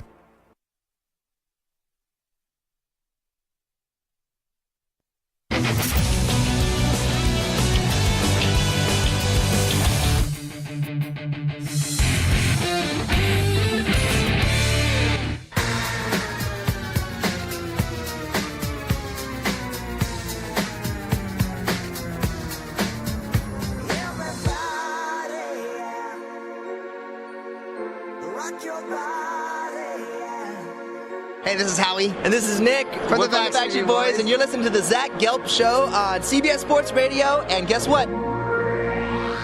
Zach is back. All right. He's live. He's nationwide on CBS Sports Radio. This is the Zach Gelb Show. All right, it's time to answer Ask the Pros question of the day, and it's brought to you by O'Reilly Auto Parts. Michael in Baltimore says, Zach, which team in the NFL needs a win the most this weekend? You can submit a question by tweeting at CBS Sports Radio or at Zach Gelb using the hashtag Ask the Pros. Think O'Reilly Auto Parts for all your car care needs. Get guaranteed low prices and excellent customer service from the professional parts people at O'Reilly Auto Parts. O'Reilly Auto Parts. I think my answer will surprise some people. But things could change so quickly in the NFL. And I know their quarterback is listed as doubtful for this weekend with a concussion. And probably Davis Mills will be starting in place of C.J. Stroud. But I actually think it's the Texans, where even though how close these teams are all piled up in the AFC, you lose C.J. Stroud and then you don't get a victory this weekend, right? It's not the end of the world and you're going up against Tennessee. But then you're 7-7. You got 3 games to go. You got a quarterback coming back maybe then after a concussion, and you have a young team. And, right, you don't have Tank Dell anymore, and then you lost 2. It would be a big question on what that team is going to be able to do and how they'll be able to perform down the stretch, even though they already have exceeded expectations. So I think you need a win to make you breathe a little bit, take some of the pressure off, even though you still got to go win some more games down the stretch. But you get to 8 wins, you get one step closer to making the postseason. And their final 3 games of the season, they don't have an easy opponent because you'll then see Cleveland, Tennessee again, and then you do have Indianapolis. So my answer to that would be the Texans this weekend. All righty, let's get to a little onside offside. Stu, hit it! Zach's taking on the most polarizing issues in sports. Which side of the line of scrimmage will he end up on? Offside. Defense number 69. It's Onsides, Offsides with Zach Gelb on CBS Sports Radio. All righty, Big Mike, CBS, what do we got cooking? All right, so the Jaguars have lost 2 straight in 3 of the last 5 and host the AFC's best team in the Ravens on Sunday Night Football. Over that 5-game stretch, Trevor Lawrence has thrown 6 picks. Onside, offside. Despite their record, 2023 has been a disappointing season for the Jaguars. I'm actually going to say onside, and there's different levels of disappointment. Like, just because I say disappointing, and this is a disappointing season, it doesn't mean like it's a disaster. It doesn't mean that it's a failure. But it is mildly disappointing because I really did believe that the Jaguars are ready to take that next step. And they could still accomplish everything right in front of them.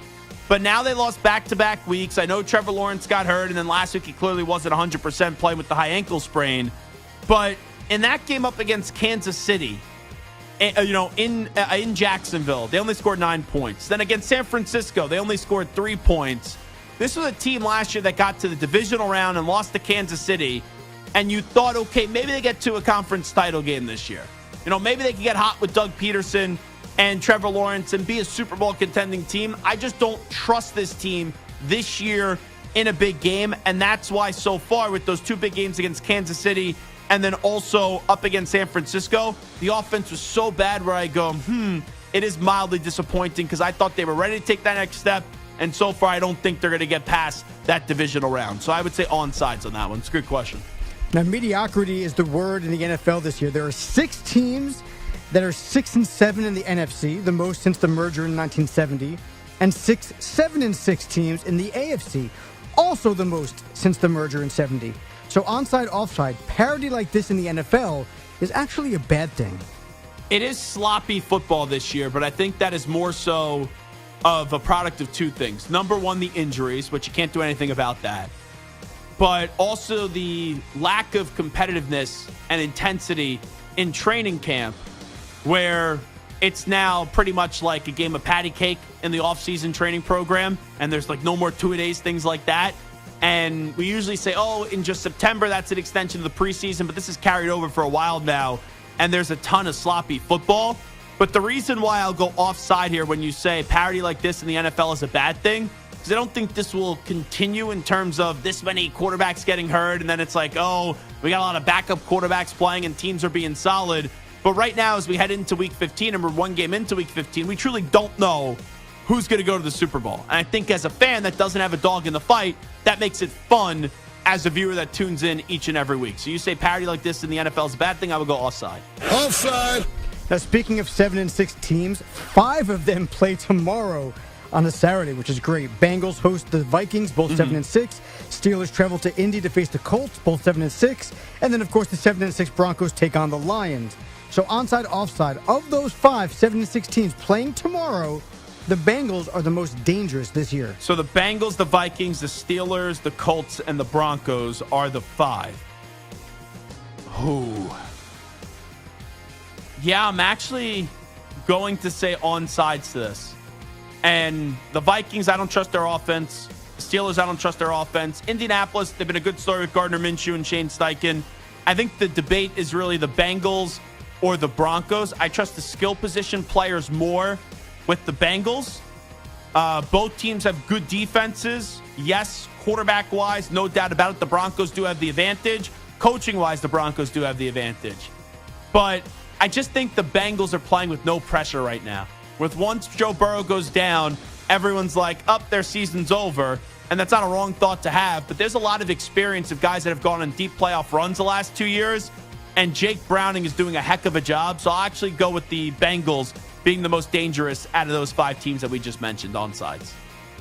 There are 4 teams with 4 or fewer wins this year, but 12 others with either 5 or 6 wins. We know Caleb Williams, Drake May, Marvin Harrison, and a few other quarterbacks will be highly sought after in this year's draft. So onside, offside, we will see multiple teams try to tank the rest of the year to land high picks. So I just need clarity on this question.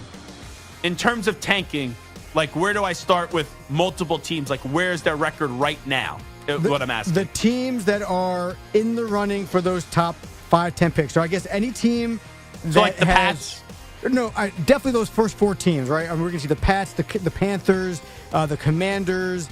They have 4 wins, and the Bears. Cardinals, you throw in there? I'm talking about the Cardinals. I'm talking about like the teams with 5 wins. Oh, okay.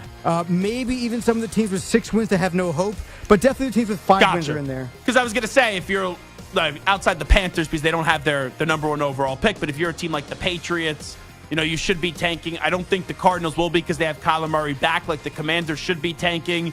But if it's about 5-6 wins or in that capacity, I'm going to say offside, because in somehow, some way, usually this time of the year, 5-6 wins, you don't have any shot of the playoffs. But going into Week 15, you still have a shot to make the postseason with all the injuries that have occurred and all the sloppy football that we've seen. So we will see multiple teams try to tank the rest of the year to land high picks. With the way that you laid it out, I'll go offside. Offside. Now, while the focus is on Brandon Staley being fired by the Chargers, longtime GM Tom Telesco is out as well. Telesco is responsible for drafting guys like Justin Herbert, Derwin James, Mike Williams, Joey Bosa, and Keenan Allen, while bringing in undrafted rookie Austin Eckler, who's become a star, and obviously the trade for Khalil Mack, who leads the NFL in sacks. So onside, offside, Telesco is not to blame for the Chargers' struggles.